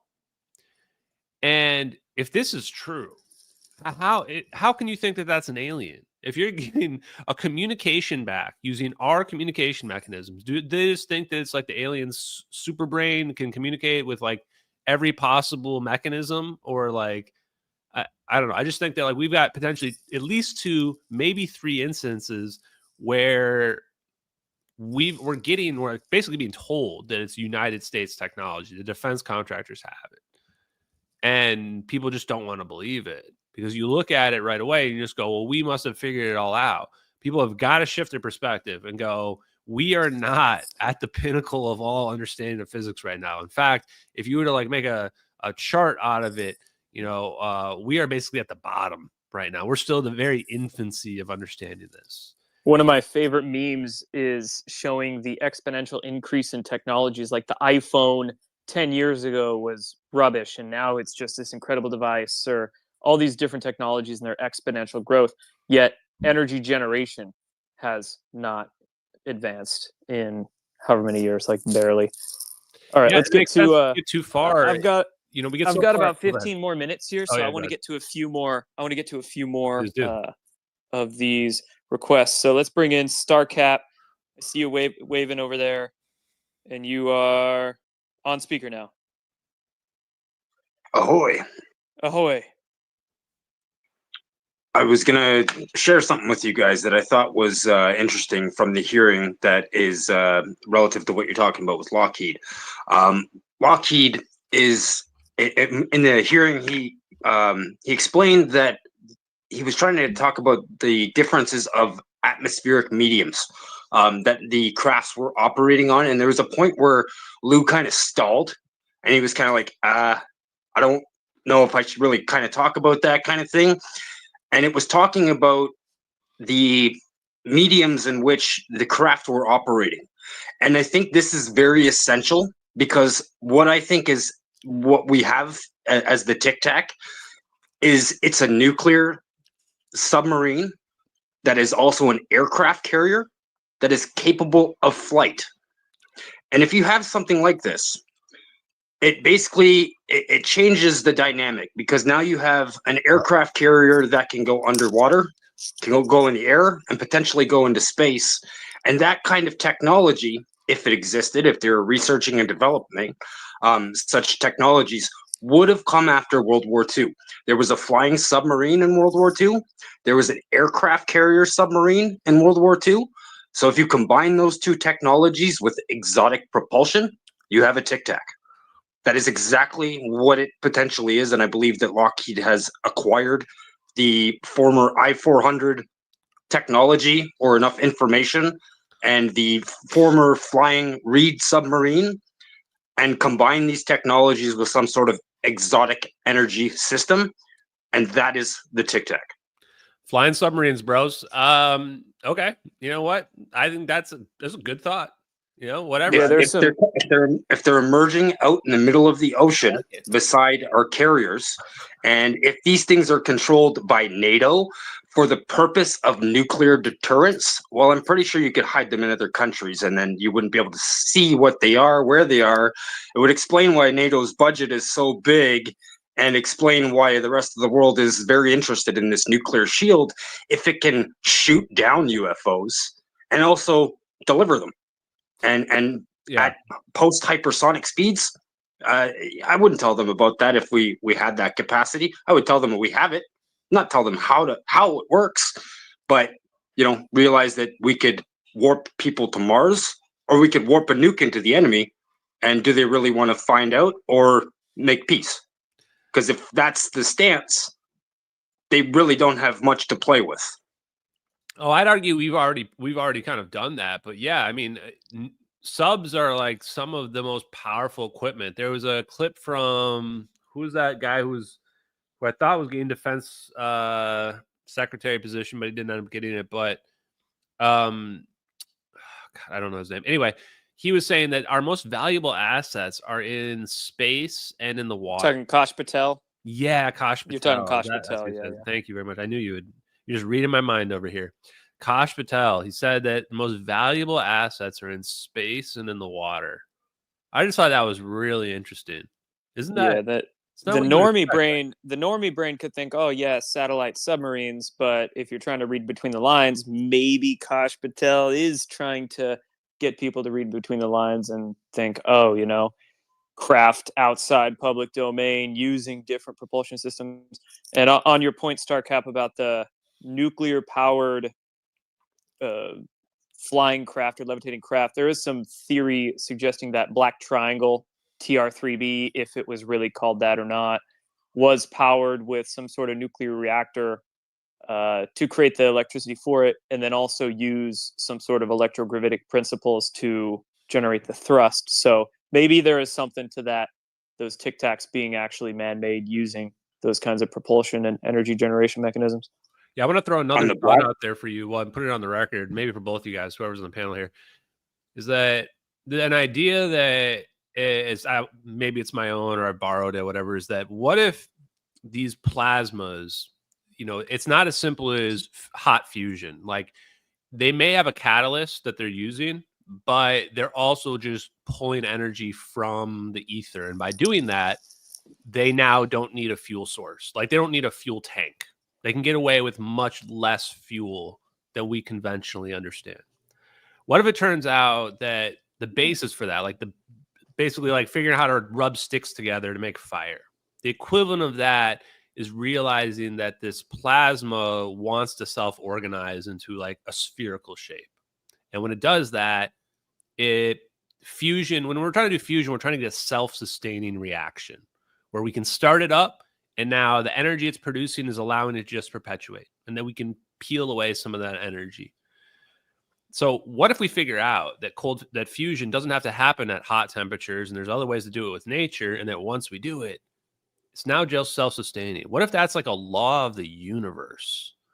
And now any civilization anywhere, like once you figure that out, once you've figured out exotic vacuum objects or this plasma, whatever you want to call it, now you figure out fire. And some people are going to go and turn that into a combustion engine. Some people are going to turn that into a propulsion mechanism. Some people are going to turn it into a weapon or something that can warp a nuke, for example, onto somebody. What do you think? It's what we call a cosmic deterrent. If ET wants to fuck around and find out, we have the technology to send them home. We could send them a surprise too. Okay, real quick, let me mention something on that. So Salvatore Paez had a message that my buddy Dave Rossi read out on video a couple weeks ago, or a few weeks ago now. And in that, he mentioned that he believed in human power, human engineering, human science. And it was such a weird thing to say that, because he almost presented the argument that, like, what if we figured out some technology, but we don't know how advanced another civilization had gotten it? Or what if they did the same thing that we did, where they just thought you could only take it so far? Like, we thought, oh, all there is combustion engines. Never gets better than that. There's no reason to think about how we produce energy anymore. And now what if we figure out a way that the aliens don't know, right? Like, that's a super crazy thought, which I don't necessarily think it's real, but it's fun to think about. Is like, what if we are reverse engineering the alien technology to make it better than the aliens to fight back against them secretly? What if the aliens are trying to reverse engineer our technology? Right? Maybe our tech tree is better than theirs on certain things, and that's what they're actually looking for. Maybe they want us to engineer things that they're not familiar with building because it never existed on their planet. Maybe they had no reason for certain technologies that we have. If they lived underwater, they wouldn't have the same technology as a civilization that lived in the air. And that may be why we have a divide between us and them. For sure. That reminds me of Stargate SG-1. There's this one episode in that show where they meet, the Stargate team meets some alien race, and they've got all of this energetic technology, but their energetic technology can't work in this scenario. And then the humans have just guns shooting bullets, mechanical things with controlled explosions. And the aliens are like, wow, those guns are amazing. They're so accurate and all that. It was... Maybe, who knows? I like this conversation because it's a matter of thinking outside the box. Yeah. That what we've been getting fed in the media, all media, for the last decades, 50, 70 years, has only been a partial truth. And so when you get to if you're playing a game of telephone and you're going backwards and you're trying to figure out what was the original message that keeps getting distorted, it's in the end, it's rarely the same as what it came out as, and what it looked like from the end. From the beginning is very rarely different. It's the same as what it comes out at the end. And so in this case, we need to be prepared for something that's stranger than fiction. And we also need to be able to have a mechanism by which to judge it, to be consistent with what we're missing in physics and science that's out there as well.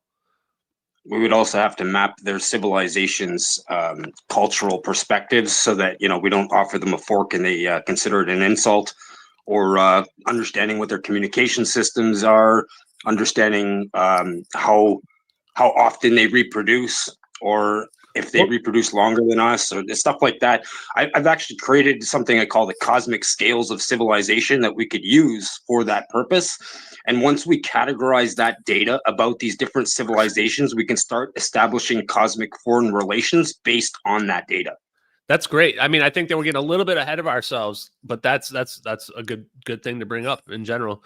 But yeah, I mean, it's big questions in terms of you know, if there are even species out there, how would we interact with them? You know, is Earth the only planet in the universe that actually has an atmosphere like we have, or are atmospheres like we have relatively common? I mean, I don't know why people are so excited to go to Mars, but as far as I can tell, our human beings can really only live on this planet unless we make an artificial atmosphere and environment somewhere else. And that's a pretty big holdback. That's a pretty big limitation on a lot of this stuff that I don't know if people are really considering out there. We gotta make like Noah on a cosmic level, build a fleet of space arcs so that we can literally take our biome with us, our planet's terrestrial genetics, to be able to potentially install it on other planets so that we can spread our biome, because it's essential to us to live. We need our food, we need our water, we need the things that we have in our environment to live. So if we're going to go to other planets, we will have to carry a lot of those things with us as well, in which case we might want to make like Noah and start considering arcs. Yeah. And be colonizers. We're colonizers. Bring back the colonizers. Do you have any other questions? I think there's probably some people that are requesting. I don't know if you want to bring other people up. Yeah, let's bring a few more people up and then finish up this conversation. Cool. So, Hollow Cypher. Oh, Hollow Cypher. What up? Bringing you on, friend.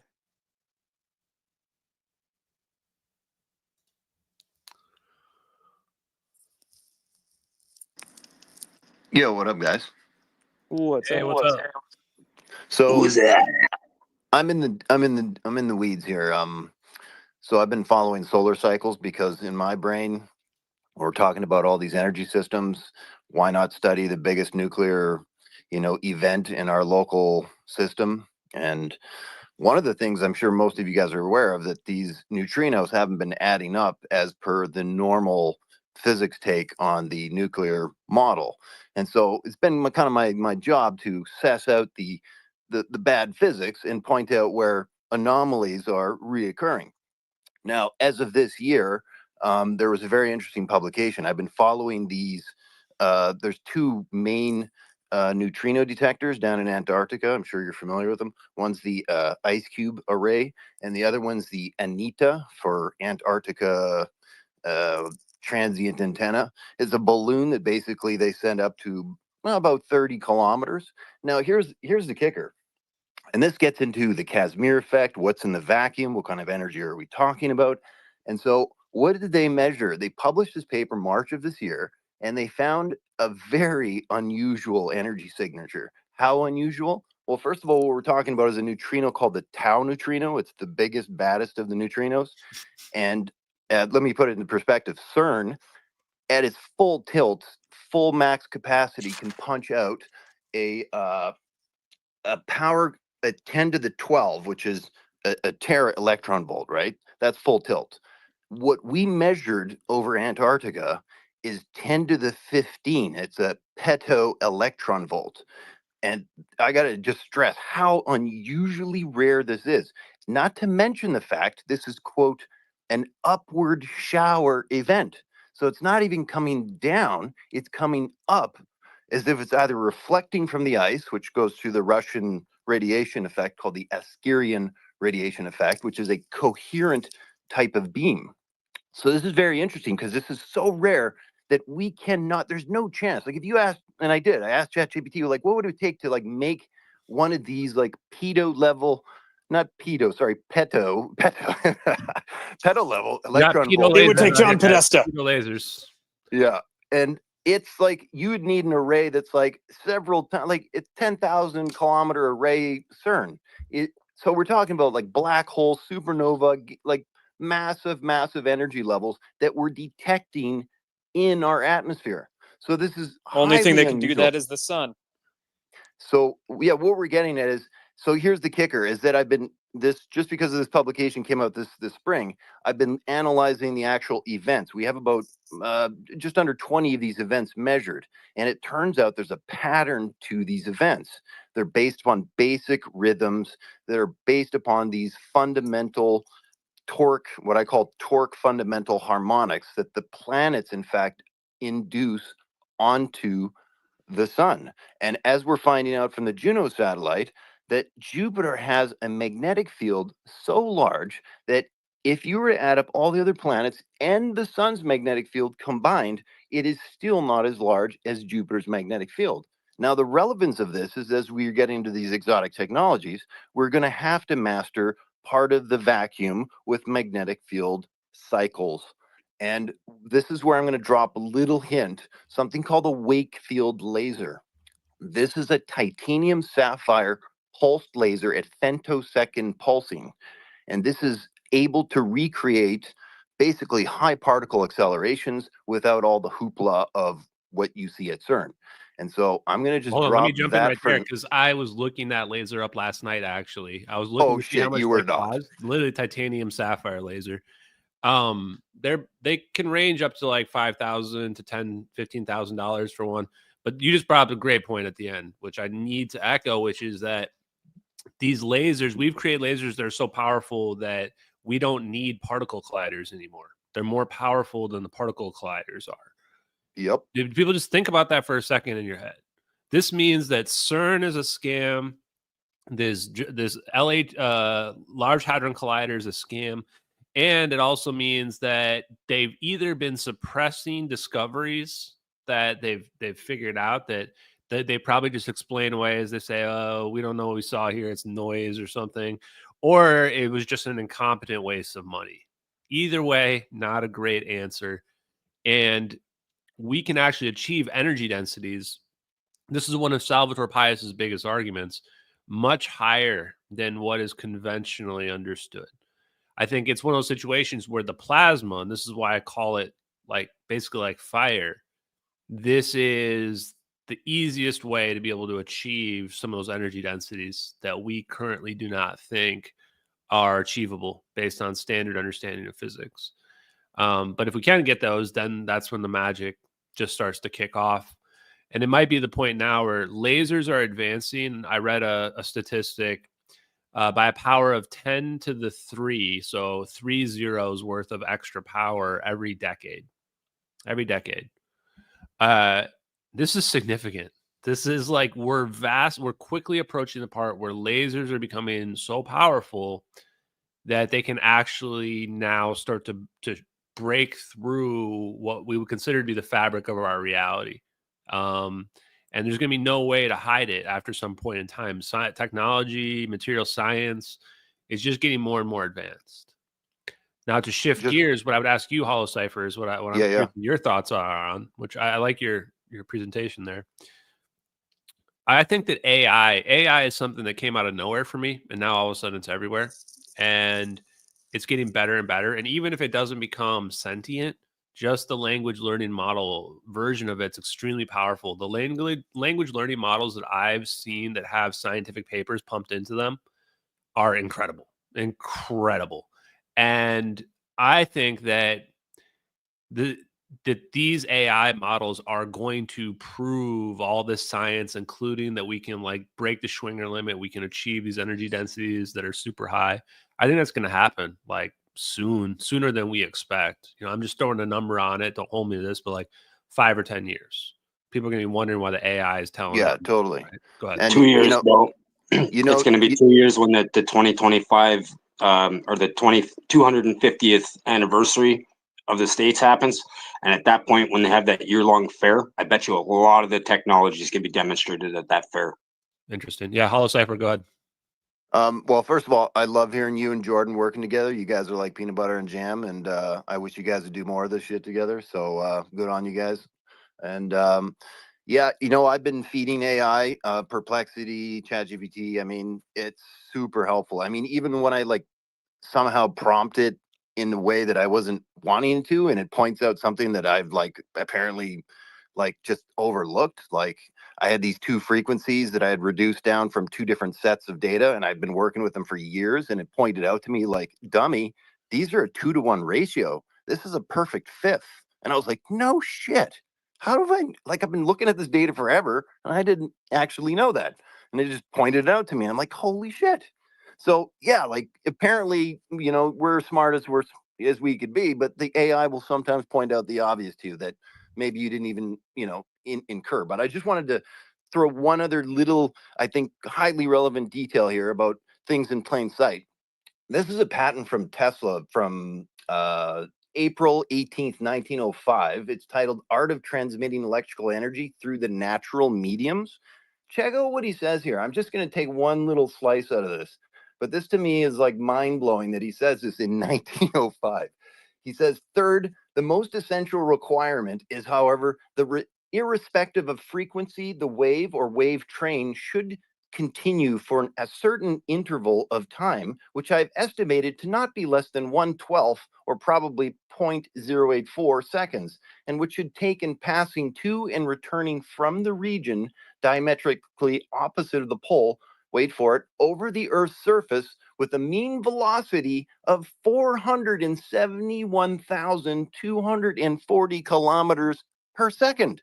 So when you divide that into the speed of light, I mean, staying in metric here, it turns out to be exactly 1.57 times faster than the speed of light, which is exactly half of pi. So I thought that was kind of interesting that he dropped that all out in a patent in 1905, if you know what I'm saying. Yeah, Tesla understood the idea of radiant energy, and I just think something that's super important for people to understand is that the energy we use today is still alternating current, which is what Tesla discovered. The very person whose mechanism of energy that we use everywhere in the world today is based on Nikola Tesla, based on his idea of spinning a copper coil through a magnetic field, and it produced current, electricity. If you really boil that down, you realize that the thing that's changing, the variable that's changing that happens there is time. Time shifts, the coil changes direction, the current changes direction. Now we have something called alternating current there. And if we can imagine other mechanisms that are different than how Tesla invented that, then that can change not just how we consume electricity and energy, but potentially where that energy can come from can change as well. We might be able to tap into it in a more efficient way on top of that. So, to me, it's just kind of lazy that we've gotten ourselves into this sense that everything is plain Jane. And to the point that Hollow Cipher was bringing up, harmonics are actually important because everything is waves.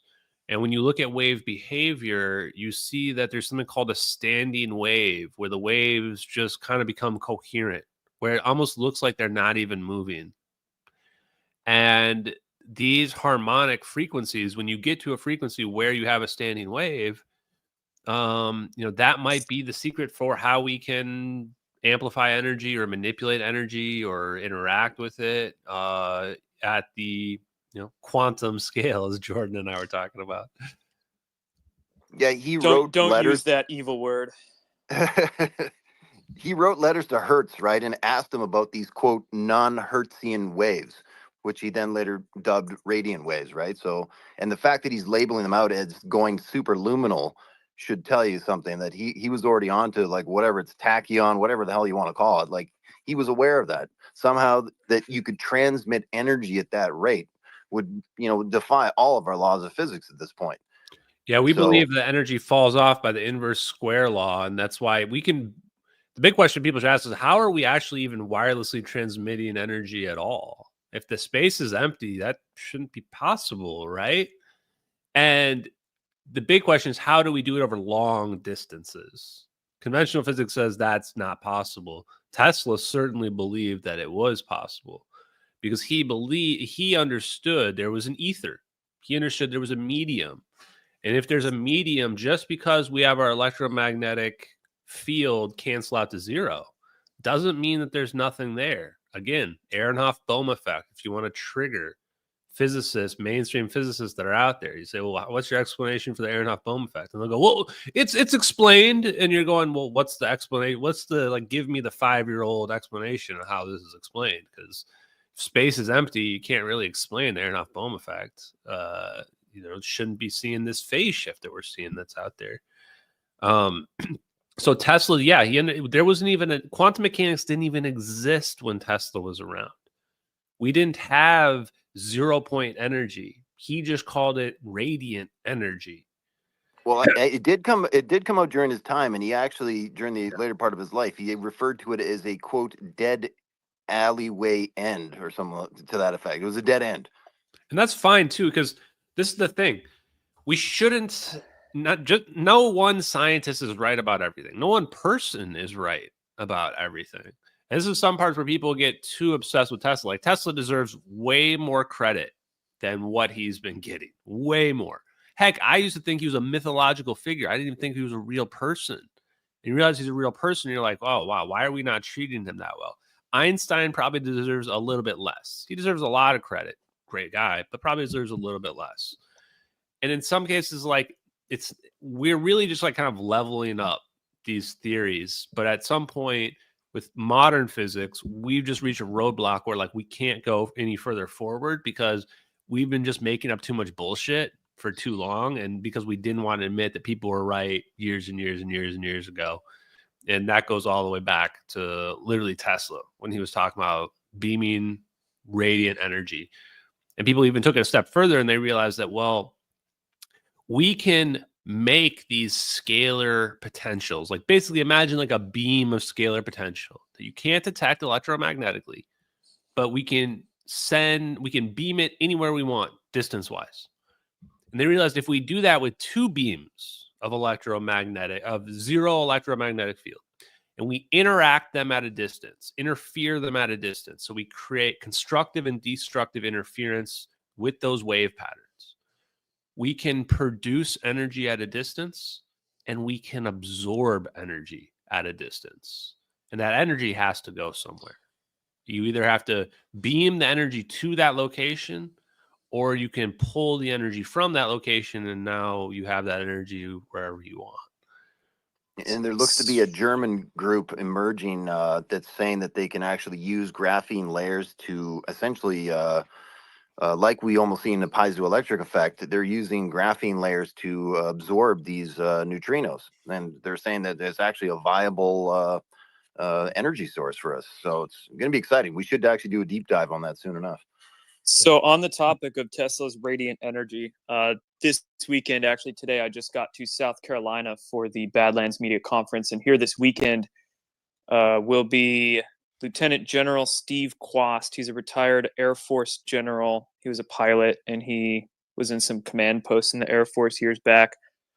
But he is now working with a company called Space Built, Space BILT.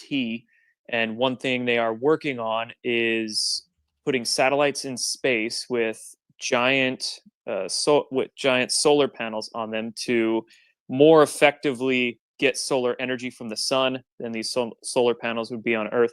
And then from the satellites would use Tesla's idea of radiant energy transmission and beam that energy directly to any device, whether it's a car or a home or a cell phone here on this planet. So as far as I understand, there are currently people and companies working on these kinds of technologies and trying to get the decentralized tech out to the public domain. So check into Steve Quast. Have you not seen his clip from when he was at? Yeah, I've seen his clip for sure. I've talked to him a few times in person. I had him on my podcast. Yeah, I've talked to him a few times in person. I had him on my podcast earlier, I think last year. But he's a fascinating dude, and apparently he was one of the guys that was instrumental in creating the Space Force a few years back, urging Trump Jordan, to do it. How do you spell that last name? KWAST, retired Air Force General Lieutenant General Steve Quast. Yeah, he's a guy who he knows more than what he's saying up front. Like so for people who don't know, there's a clip. I'll probably play it after the space if you're on my YouTube channel, where he's talking about wirelessly beam energy from outer space. Mm-hmm. And that's not conventionally thought to be possible because of the inverse square law. Long distance wireless beaming of high efficiency transfer of energy is considered to be impossible practically right now. And that was weird because he also in the same clip mentioned that we can transport a person from anywhere on Earth to anywhere else in under an hour. And I went, what? What are you saying right now, bro? Like, what? Under an hour? Like, start to finish? Anywhere? to me, that's you're talking about some kind of propulsion system that nobody knows about, or just straight up teleport. They got the warp gates underneath, bro. There you go. Anyway, go ahead. Andrew Bashago was a 2012 and 2016 presidential candidate who claimed that his father was involved in a DARPA project that used these jump gates. And they even claimed that Obama was part of the program. And the White House officially denied that Obama went to Mars because of the rumors that this guy had created in his presidential run. Yeah, I call bullshit on Bashiago, but that's just me, in my opinion.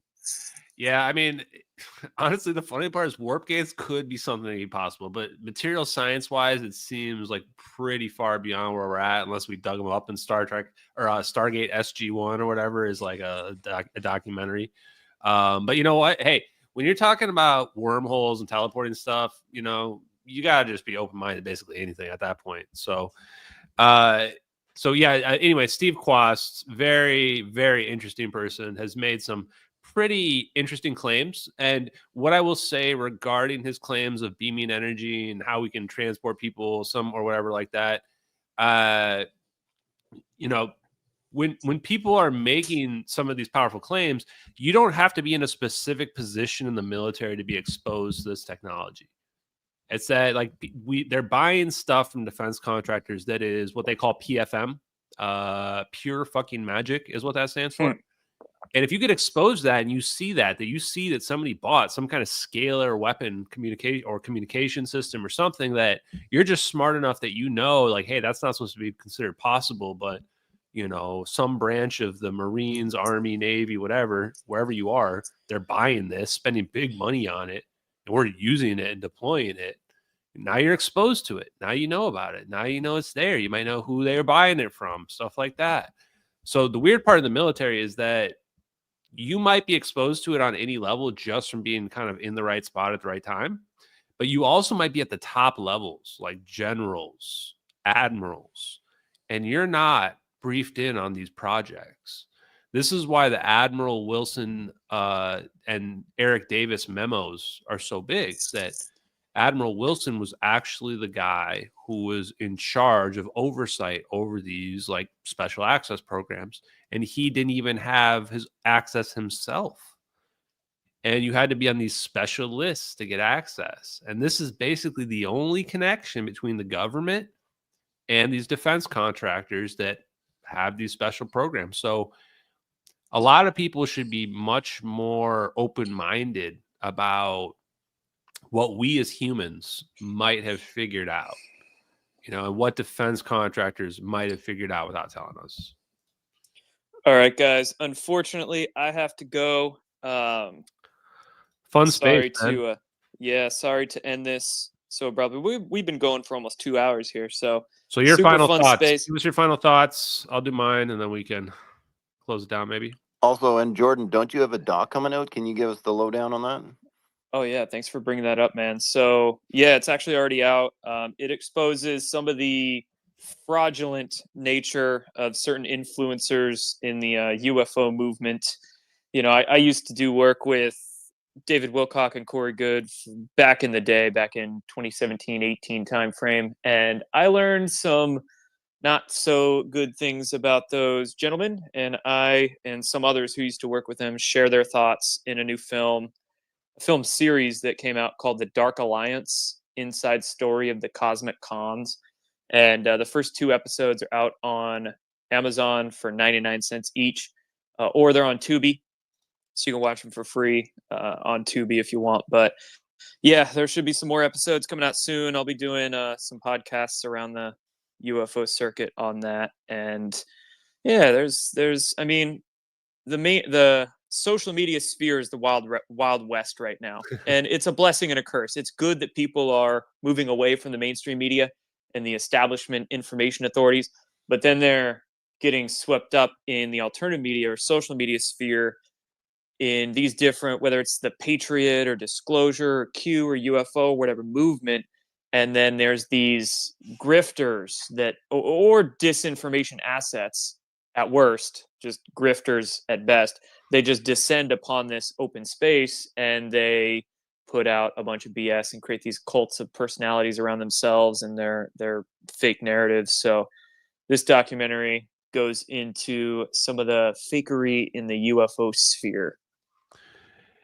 Yeah, that's the big rub, is that in a situation like this with extraordinary stuff happening, it's easy for people to jump in and say, here's all the answers, you know? Right.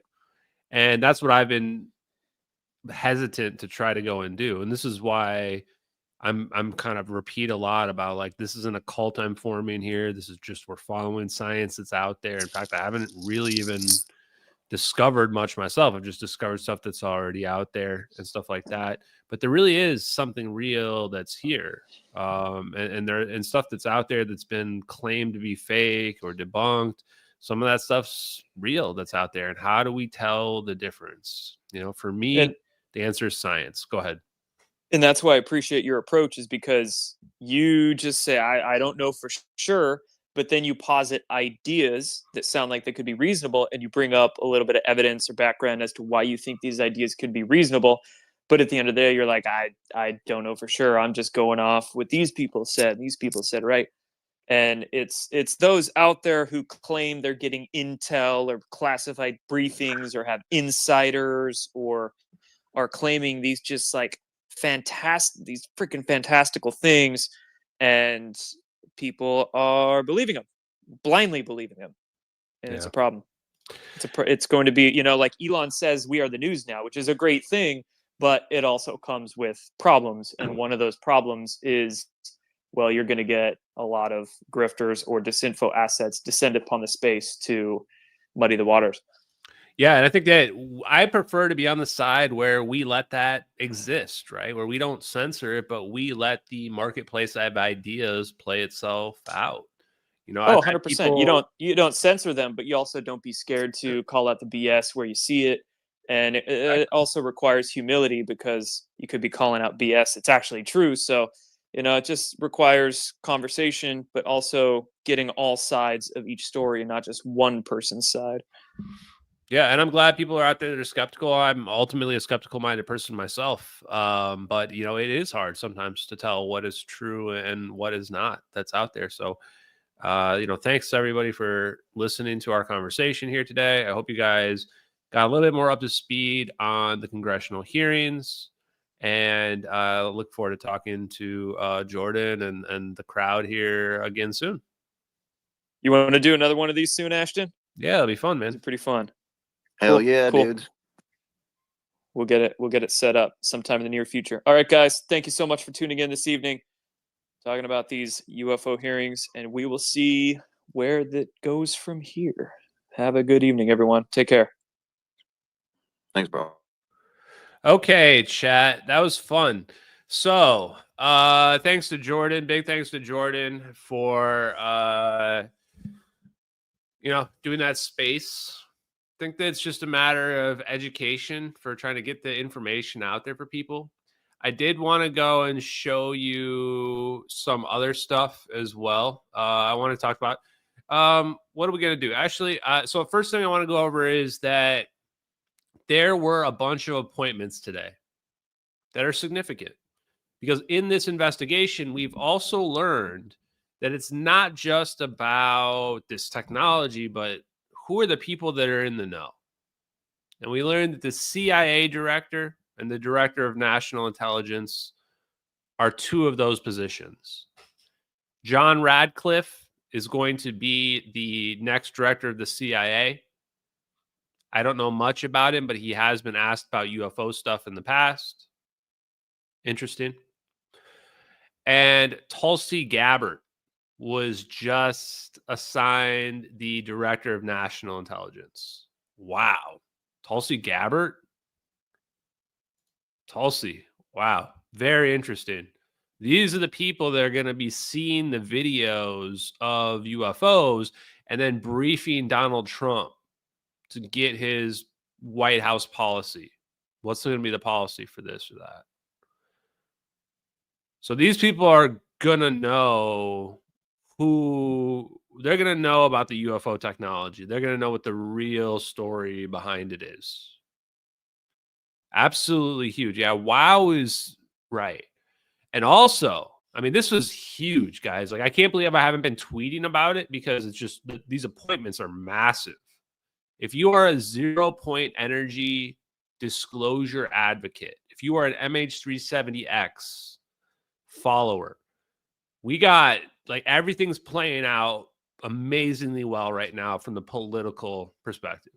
We got rid of all the old guard, the people that committed MH370, the people that have been covering it up. They're all out. Trump's coming in. He is aligning new people that have basically been on the record saying they want to clean up all the bullshit. New perspective. New perspective. Matt Gaetz is going to be the Attorney General. Matt Gaetz. The Matt Gaetz that is in this video that I'm about to show right now is going to be the Attorney General. In a clear diamond formation for which there is a radar sequence that I alone have observed in the United States Congress. One of the pilots goes to check out that diamond formation and sees a large floating, what I can only describe as an orb. Again, like I said, not of any human capability that I'm aware of. And when he approached, he said that his radar went down. He said that his FLIR system malfunctioned and that he had to manually take this image from one of the lenses, and it was not automated in collection as you would typically see in a test mission. So I guess I'll... So, wow, Matt Gaetz. Congratulations, Matt Gaetz, Attorney General. The deep state hates that. They hate this. This is their ultimate nightmare. Matt Gaetz is a dude that doesn't give a shit. He's going to wipe out the old guard, right? I think he said he's down with like figuring out what the real thing that happened with January 6th. Oh, they hate that. If you're coming after their psyops, that is the number one thing that they're going to be angry about. They tried to get Matt Gaetz with some rape charge or something like that as well, which may or may not have been manufactured, made up. Like, Matt Gaetz definitely has been in the know on the UFO phenomenon. There was another clip with him that I don't have handy where he's basically saying like this is all like an open secret at this point, that we've got all this stuff. And I'm hearing now that Republicans are going to say, yeah, see, this is the fake thing they were making up about Matt Gaetz. Something about him paying minors to have sex. This ended up all being fake. This was all fake. And they only do that when someone's really a threat. Oh, man, I didn't have my brand up in the background. Bring it back, chat. There it is. We're back, chat. We're back. The Republican, the fake-ass Republican uniparty people are afraid of Matt Gaetz, too. Like, Lindsey Graham in the Senate, may try to prevent the appointment of Matt Gaetz, the confirmation of Matt Gaetz. Because they're going to all get taken out, not taken out, but like, you know, they're going to get taken to the cleaners. Like, the Attorney General, I'm not really sure exact powers they have, but I'm pretty sure it's like figuring out who we send the law after. Like, who we send the law after. You're watching a white hat plan in action. It's going to be gorgeous. Buckle your seatbelts. You're going to be amazed. I love your attitude, Paul. I hope that you're right, but we will find out. My expectations are extremely low for disclosure of 0 point energy, but I'm extremely happy that we've gone into this upper echelon now where we can talk about 0 point energy, where people are talking about it in congressional hearings. It's being taken seriously. That's a huge advancement in the right direction. Whoa, the Mo. Holy crap, brother. Wow. There you go. Steak dinner for me right there. Thank you very much, Mo. Appreciate it. Yeah, I'm just doing it, man. Some people are like, oh, Ashton, you're obsessed or whatever. Not really. I mean, I'm obsessed with the truth in general. I found the greatest story ever. So, you know what? like I said all along, until the U.S. government admits what they know about this plane, it ain't ending. People are constantly trying to tell me, they found the plane. You're going to look so stupid when they find the plane. And I keep going, they're never going to find that plane. Every time a big thing comes out, mark this tomorrow, 24 hours from now, greatest story in the world. This is the thing that actually happened last week. People are going, Ashton's grift is finally going to be up. As if like I'm grifting off of this. I have not yet begun to grift, chat. I have not yet begun to grift. And so no, I'm unshakable. The case is never going away until we get the answers that we want about this plane. I'm 1,000% sure the United States government knows exactly what happened, and I'm 100% sure that MH370 videos are real. So let's listen to a clip. Yeah, when I actually start grifting, you'll know it. Probably because I will own it. I'm not going to run away from it if I'm grifting people. I'm just going to legitimately tell people I am. Here we go. Luna energy source. Okay, so guys, basic rundown of the thing. We talked about the hearing. There was actually some decent questions. I can understand. Let's go back to full screen. I understand why the community is disappointed, because basically MH370 videos are getting confirmed to be real, and all their stuff they were hoping for, tell me the aliens are real. Actually, I think I have a clip of this. Yeah, I think I do. Hold on. I think it's this one. Out, it wasn't aliens that zapped the plane. It was US military. This looks obvious in hindsight, right? Because people would have had some fear because they're thinking, oh, crap, aliens are zapping us out of existence. I thought, nah, I don't think they'd do that. I mean, they could. I just don't think they'd do that, though. That was not the clip I was looking for, but it's a great clip. Anyway, the clip I was trying to find was that everybody's expecting the government to be like, aliens are real. Aliens are, now I've been validated. Now my family doesn't think I'm crazy at Thanksgiving when I'm talking about the aliens. Like, that's never going to happen. That's not going to happen. In fact, the next hearing should be Hal Puthoff, Eric Davis, Salvatore Paez, and citizen journalist Ashton Forbes. If you get us that hearing next, we're going to blow the doors off this thing. Eric Davis and Hal Puthoff and Sal Paez, their job will basically to be there and be like, yes, the crazy science that Ashton is saying is actually legit and real. And we're all PhDs that worked in Black Party, because they can't say exactly what, like they have NDAs themselves, but when it comes to talking about science, there's nothing secret about that. I mean, there is, but they can at least say whether or not what I'm saying is legit or not, right? Yeah, and that's how that would be literally the final boss. Like, we have to have the final battle. If you want real disclosure, it can only happen if you fought the final boss. And the final UFO disclosure boss, like, it literally is like Salvatore Paez is like the character that's like, he's one of the bosses, but he's on your side, kind of like he wants you to win. And then Eric Davis is like the second boss right before the final boss. Like, you think Eric Davis is the final boss, but then you find out, nope, it was his boss. He was the real boss. We should have just realized it all along. Hal Puthoff. Dun, dun, dun. And then you go into the room after you defeated Eric Davis. You thought you won. Nope. There's Hal Puthoff.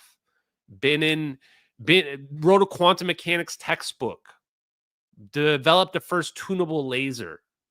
He has been in the Stanford Research Institute he was in that for decades. One of the best friends or colleagues with Ken Shoulders, who figured out exotic vacuum objects. Has been in the UFO realm under Bigelow and in defense and private contractors for decades. And he's also written some of the earliest papers on zero-point energy. All roads lead to Hal Puthoff. They really do. Simple. He's the final boss. Yeah, I'm glad you guys appreciate it because it's funny, but also 100% real. And the scary part is he's ice cold, chat. He's ice cold. Like, he gets asked some questions. I don't know if I'm going to have the clips on me right now. Oh, crap. Where's the thing, guys? I'll probably find it here in a second. But he was in a podcast yesterday. He mentions the DIRDs, and he says, though, like, oh, we haven't figured out how to do it yet, right? Like, he's presenting this narrative of aliens know the technology, how it works, but we're just stumbling through it, trying to understand it. But his story doesn't make any sense. Yeah, he's got 100% poker face. His story doesn't make any sense, though. He's been writing these 0 point energy papers since the 80s. You're trying to tell me that he just divined that the answer was 0 point energy in 1987 with his hydrogen paper, and then in 1989 with his, and then every paper after that's just fleshing out this whole understanding. First of all, obviously he saw something. You don't write like 8 papers in a row about 0 point energy unless like you saw something and now you've been inspired.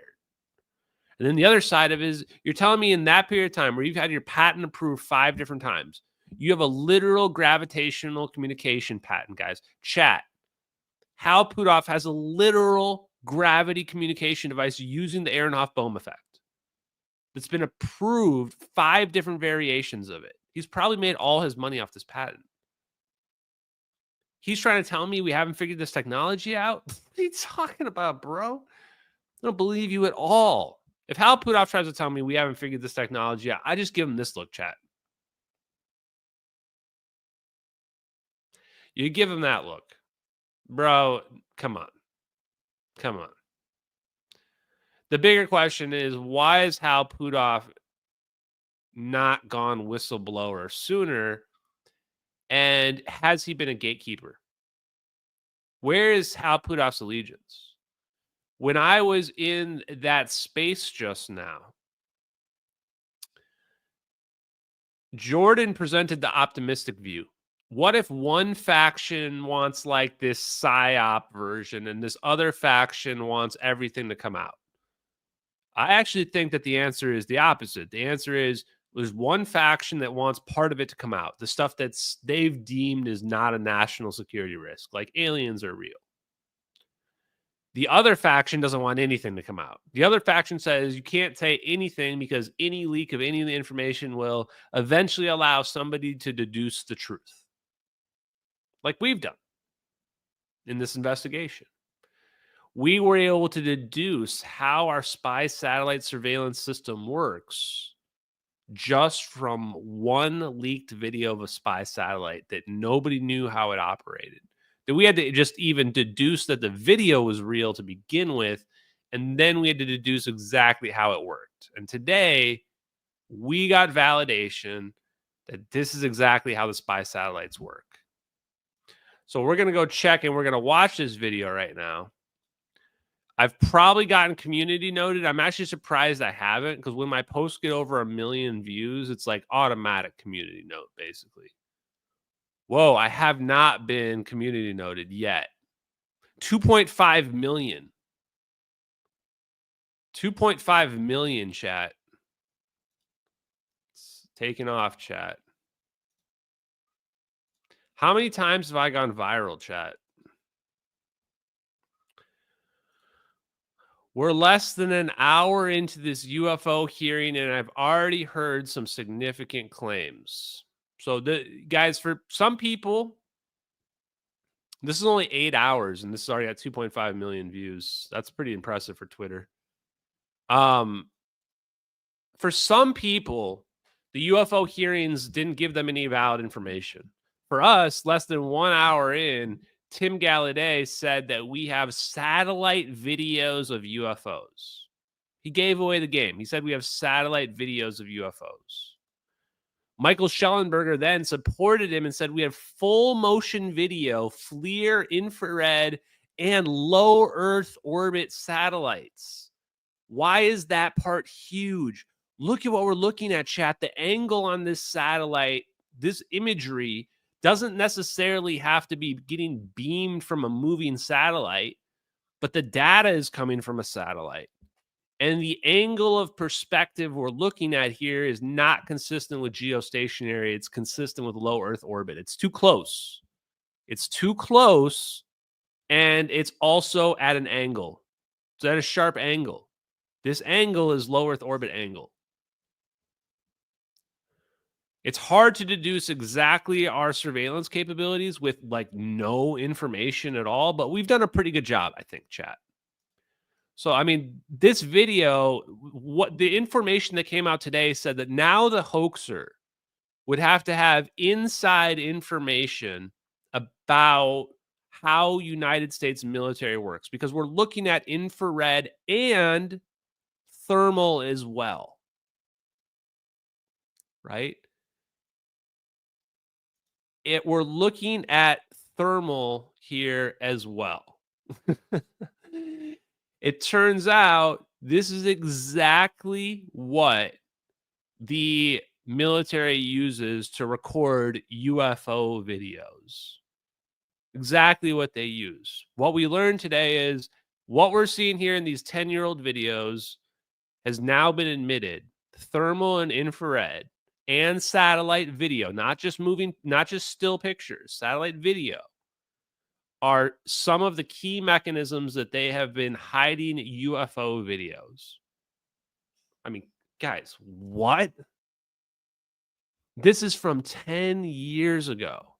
And now, just today, they're admitting we have these surveillance capabilities. That is crazy. Yeah, what we're looking at here is technically an infrared video that is with a thermal like software layer added to it, I believe. I've had to learn a lot about thermal videos and infrared videos, military surveillance. I didn't even want to know all this stuff, guys. I didn't want to know all this, but we won't just admit that we teleported an airliner. If we just admitted right away we teleported an airliner, I wouldn't have to go to these lengths to prove to people that these videos are real. That right there. One thing I want to point out, if you really think this video is fake, realize you can see the wormhole collapse here. I'm going to go frame by frame here, okay? You can actually watch it collapse. This is important. First frame, okay? It's this size. Next frame, it's bigger. It's bigger, right? What's going to happen in the third frame? It got smaller again. It got smaller. There are no conventional explosion events that get smaller like this. They all just expand outward. Go look at a mushroom cloud. That, and then it's gone. You can see it open and close in 4 frames. Just 4 frames. So we've gotten 2.5 million views, not yet community noted. Not yet community noted. Whoo! Chat. End of the day, I don't really even care. For the people that want to know, a lot of people want to know, how much money is Ashton making off of this? My last X payment was $196 or something like that. So I get more money in an average stream. Some of these streams that I do, random streams like this, I get paid more money, honestly. I do see people that are getting paid like thousands of dollars and things like that. And I look at it and I go, wow, you actually can turn this into something. But those people are talking about like normie shit, normie stuff. When you're talking about conspiracy stuff and things like this, advertisers don't want to advertise with you. So even though I get pretty decent engagement metrics, millions of views every single week or whatever, it doesn't translate into big bucks. If I wanted to sell out, I absolutely could sell out. I could switch my account and my 200,000 followers and start doing little dog pictures and shit like that. I could turn my account into a Lulu fan club account, Lulu the Husky fan club account. and just do videos of Lulu every day. She's sleeping right there. It's cute as hell. It would probably get 1 million views. And that advertisers love those views because it's stupid people. It's dumb people. They're just consuming. Just consuming. It's just literally a video of a husky dog sleeping. And millions of people watch it. And then they consume products. Consume products. Right? I probably could quit my job and do that. I really probably could. I'm doing this shit on hard mode, chat. Hard mode. No mainstream media. Going against the grain on what is being sold to us by our heroes that are out there. Literally going and learning the science to the degree where people are literally calling me physicists. People are actually calling me a physicist. Clayton Morris called me a physicist. Where's the clip? There it is, chat. I love how he paused here and he was going to say my friend. He was going to say my friend. Clayton, we caught you in 4K. He was about to say my friend Ashton Forbes. That's it. Clayton Morris and I are friends, chat. You're about to hear him say it here. We got him in 4K. Ashton Forbes and Clayton Morris are friends. Get ready. You're not alone in the cosmos. I think we all know that. And some very important, though, on the record discussions about how these alien craft travel using etheric energy.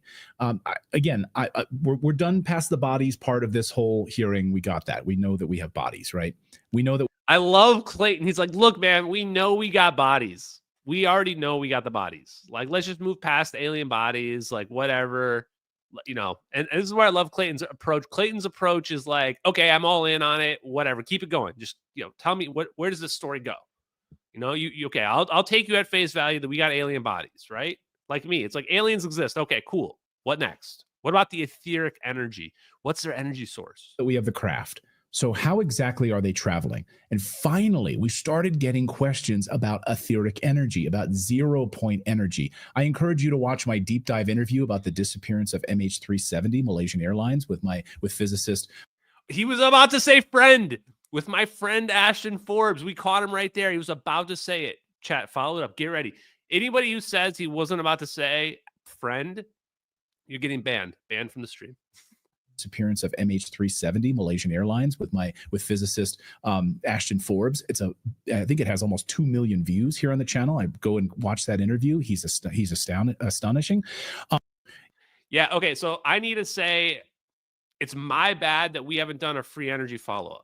I've just been crazy busy. It's really, really hard to keep focusing on my job when I've got all this stuff going on in the background, and I've been trying to focus on my job and not do all this stuff for the podcast. But yes, he was about to say friend. I heard it. You guys heard it. Friend and physicist. He called me a physicist, chat.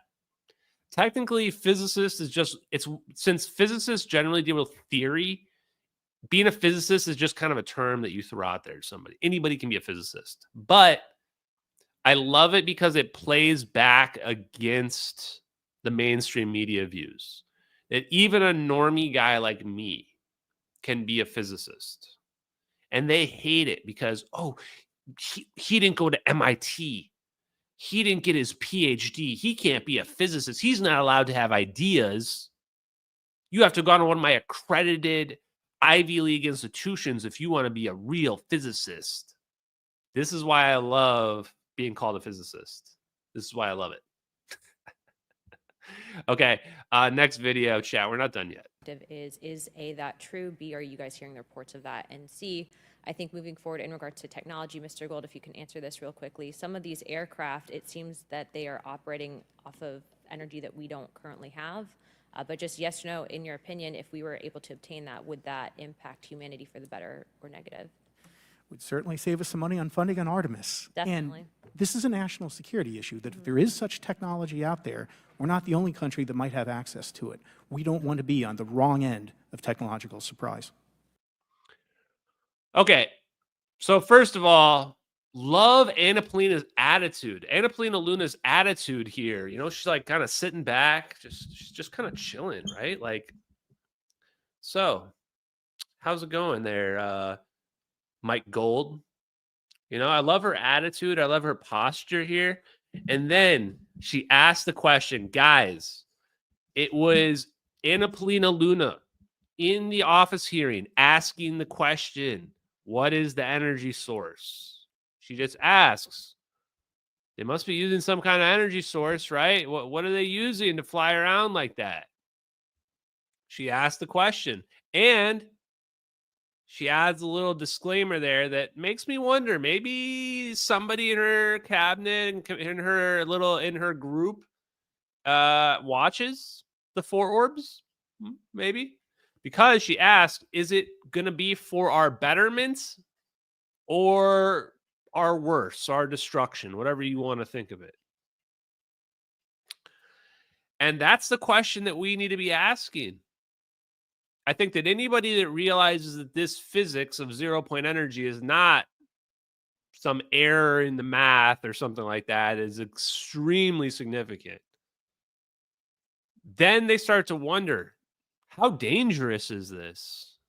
What can we really do if we take our theory that we've now substantiated, 0-point energy, pulling energy from the ether? Well, what can we do with this? And what was Mike Gold's response? That's a national security issue. In fact, it's the national security issue. It's the national security issue. It is the number one national security issue. That's what this whole thing is about. What do we think it is that they're holding behind their back, hiding from us? He just told us the energy, whatever the energy source is, that's the national security issue. That's what we're not allowed to talk about. And it's exactly what Clayton Morris just brought up. The etheric energy. Etheric energy is correct. It sounds kind of silly to say etheric energy, but it's energy from the ether. Energy from the ether is etheric energy. And he uses the term ether the same reason I use the term ether, because that's what the people that figured all this physics out called it. Just, you can call it quantum foam if you want. Sounds kind of gross to me. You can call it 0-point energy, 0-point fluctuations. You can call it whatever you want to call it. It's fine. But there's a sea of energy that's out there that we're skirting around in. Okay, let me see if there's any other notes that I missed. So Andy, is it Andy Ogles, representative? Where's my search bar chat?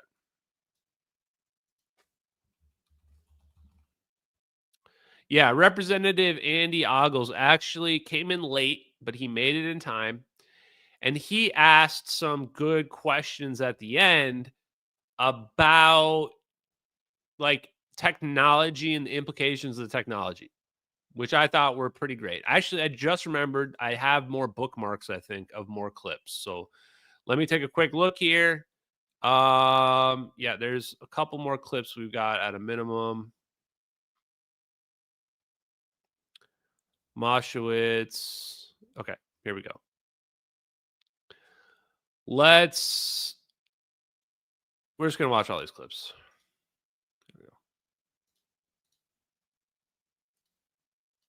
So Annapolina Luna was the dark horse today that asked the question. I would not have expected it to be Annapolina Luna. But yeah, she's the one that asked the question. Tim Burchett was actually probably the most disappointing line of questions out of everybody out there today, which was sad. I expected way more from him than anybody else. No Fight Club. Correct. You specifically said the document said you can't talk about crash retrieval. Well, you know, you can't talk about Fight Club if there's no Fight Club. Correct. You specifically said the document said you can't talk about crash retrieval. Yeah, so the you can't talk about Fight Club if there's no Fight Club. I think it's a pretty good point to make. Yeah, Eric Burleson was a little underwhelming as well. I thought he would ask more science questions on quantum mechanics. He went after the defense contractors instead, but it's a losing battle. You're just never going to get anything out of the defense contractors. What was this clip of Michael Schellenberger? One involved orbs surrounding and forcing an F-22 out of its patrol area. One involved orbs surrounding and forcing an F-22 out of its patrol area. One involved orbs surrounding and forcing an F-22 out of its patrol area. So orbs forcing an F-22 out of its patrol area. Orbs, guys. You think it's just a coincidence that we're all these UFO stuff is just orbs in a triangle formation nowadays? Just all orbs in a triangle formation, just mysteriously out of nowhere. Let's watch Jared Moskowitz questioning Lou Elizondo. The first minute and a half of this was actually pretty good. About UAPs, science, data collection, stigma. A lot of non-believers in all of this would just ask a very simple question. Why? Why is it so hard? Right? Like, why are people, anytime they ask, why are they always thwarted? Why are they always judged? Why is they always have misinformation spread? Why is there always retribution? Why is it always met with an ear? What's the why? If it doesn't exist, why is it such a problem? I think if you go through the history of science, Representative, it is always difficult for breakthroughs and new information, regardless of whether it's UAP or any other kind of discovery.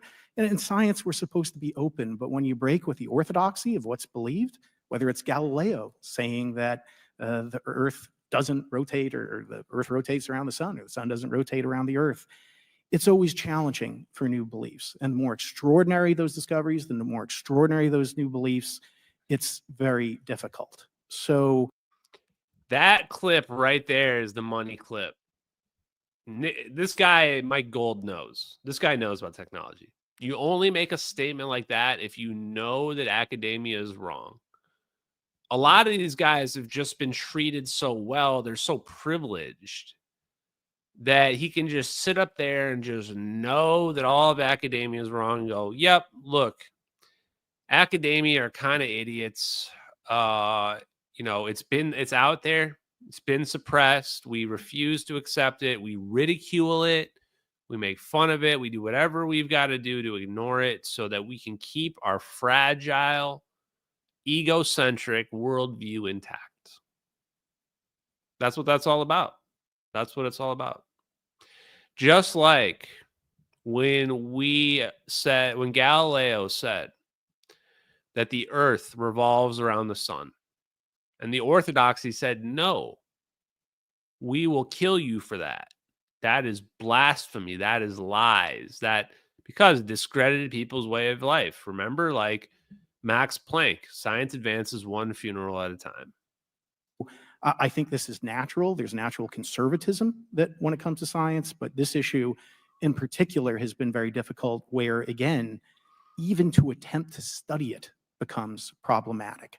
But every hearing like this, every news report, every video, documentaries, I was privileged to be a part of something Dan Fair is putting together. I think many of us have interviewed for it, documentary over 30 different government officials. Every brick in the wall will help get us closer to getting to the truth. I appreciate that. Mr. Elizondo, did I have that correct? Sure. I'm a recovering lawyer, so I'm going to put my hat on for a second. You said you signed a document. Love that. Who gave that to you? The U.S. government, sir. Okay. You have a copy of it? It is stored in the SCIF right now. I do not have possession of it. The U.S. government does. What department of the U.S. government gave you this document? I will say the Department of Defense. Unfortunately, I can't say in this forum much more than that. You specifically said the document said you can't talk about crash retrieval. Well, you can't talk about Fight Club if there's no Fight Club. Correct. Okay, I can't listen to this guy anymore. So basically, he asks him about, I think that's when he asked him too about like the DOD and whether or not whether the defense contractors have the technology as well, which of course they all dodge. They all dodge it. They all say, it can't be possible. We can't possibly understand it. So, okay, we've reached a point now in this disclosure thing where we need to talk to the engineers. We need to be talking to engineers now. Enough of talking to these people that claim they're in the know with secondhand information or whatever. If we're going to talk to people with secondhand information, you might as well be talking to Ashton Forbes. you might as well be talking to me.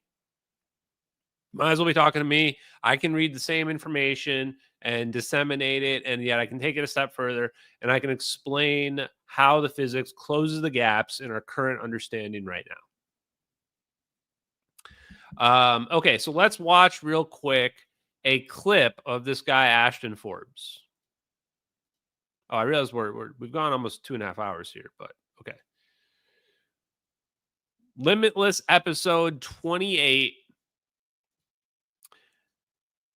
with Matt Bell. I think he pronounces it Bell. Bell. This was a great episode. This is actually the best clip I've ever seen of one of my podcast appearances. It's so good, I'm going to put it on full screen mode. Okay, full screen mode, chat.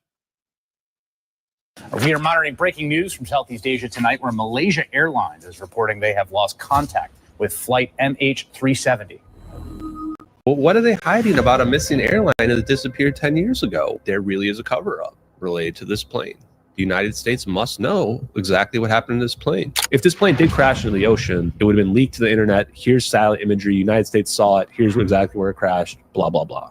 The person who leaked these videos had an emotional reaction. Just witnessed 270 people disappear, and I have to tell people about this. So why are we seeing a flash here? Because we're breaking through the fabric of reality. Like, is that aliens? Oh, no, this is us. We've got these black projects, and we figured out this technology that's well above the public's understanding. And you go, well, how are they hiding all this? And the answer is they're not. It's all in the open. All the scientific papers are published. I look at that technology in those videos, and to me, it's very easy to see how that could become a doomsday weapon. But I think that even as amazing as it is to say that we teleported a Boeing 777 in 2014, that's just the beginning.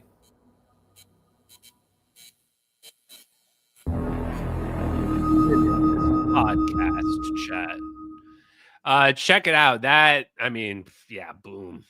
That trailer is hype, chat. Extremely hype. Because we've reached the point now. So I have this podcast to Hal Puthoff and stuff on there, but I think we're gonna have to wait till Friday to talk about it. We've just gone over too much stuff tonight. I'm tired. I'm exhausted. I've got a lot of work to do tomorrow. And I don't have time tonight to talk about scalar waves, but I have talked about it several times on some of my other live streams that are out there. So check out that interview with Matt. The reason why it's so big is that we've ascended past the era of having to explain why the videos are real every time, ascended past the era of having to dig into all of the nuance of all the evidence every time. Just going over the evidence, all the evidence can take 6 hours minimum. 6 hours. And now just got to the point where, like, I'm talking to people that are open-minded about it, that have woken up to it, and talking about the physics, talking about the implications of what it means to the UFO movement, disclosure movement, and what it means for our civilization. And that's just more fun than talking about going over the evidence repeatedly over and over and over and over and over. I think that the evidence speaks for itself, and if people really want that kind of deep dive, they can look through all my live streams. They can look through the old evidence reviews. They can go watch some of the other podcasts that I've already gone through all the evidence that's out there. At this point, we need to simply bring awareness to 0 point energy, which is why I was hoping ZPE Disclosure would make another comment. We need to do what this guy's doing. We need to bring awareness to 0 point energy. We need to make people realize it's not just science fiction. It's not just science fiction. It's a real thing. And we want to be investing in it, and we want to be the best in the world, because whoever controls this technology, control the world, control the planet. It's coming out one way or another. We're just pushing it forward a little bit faster than what our masters want us to know and understand. So. Okay, MH370X, you guys are awesome. That was a fun chat. I do not have Jordan's channel. You can probably find it. It's Jordan Sather on X. It's probably in his profile that's out there. Friday, I plan to go over this episode here, which I'll show. I've never heard of this podcast, but then again, I've never heard of like any of the UFO podcasts. So Beyond Paradigms, Ultra Advanced Technologies. They talk with Hal Puthoff, Ryan Graves, and Travis Taylor. Travis Taylor sounds nothing like what I would expected him to sound like. And that's how you guys know that I never knew who Travis Taylor was. I didn't realize he was going to have like a super Southern accent. So obviously I've never watched Skinwalker Ranch or whatever he's on. I think he's on Skinwalker Ranch. This guy, Larry Forsley, was also really interesting.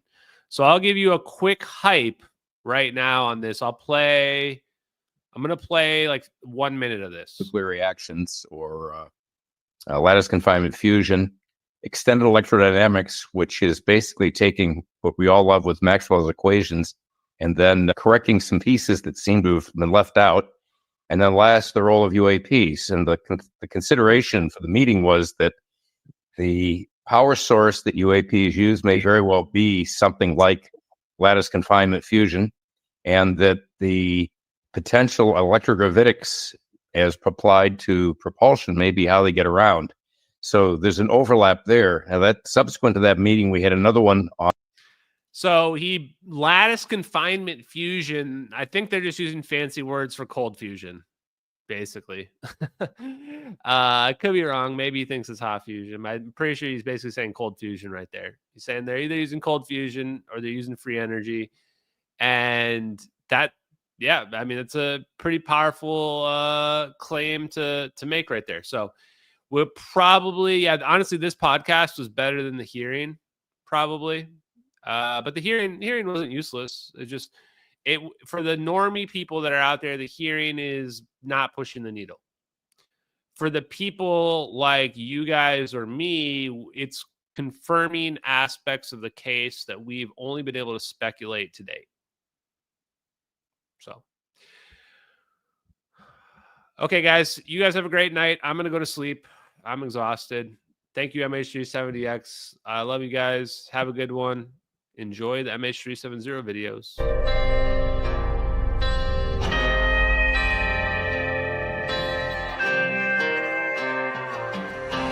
Out in the fields where the skies are wide, talking about a journey through the cosmic ride.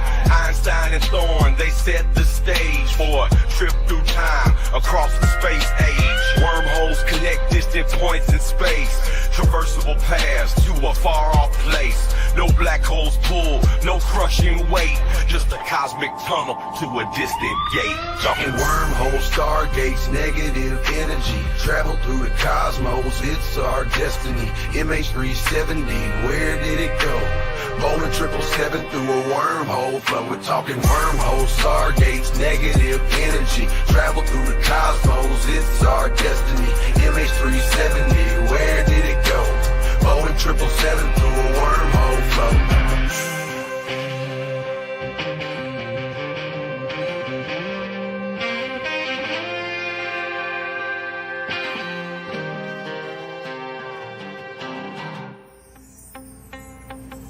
Exotic matter, negative energy's the key to stabilize the wormhole for you and me.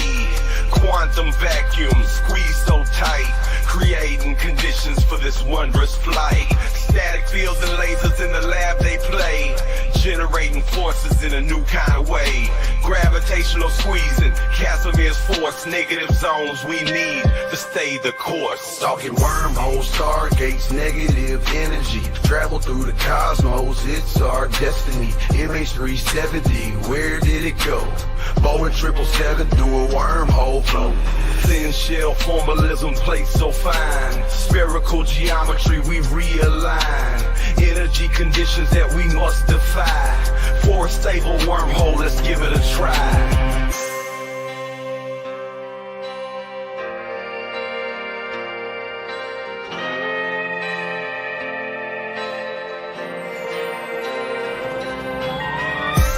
forces balancing the plate, creating the throat, open the gates, from Earth to the stars in a single bound. A shortcut through space profound. Engineers and dreamers hold the key to future worlds and what we could be. With science in hand, we forge ahead through the cosmic paths that we now tread.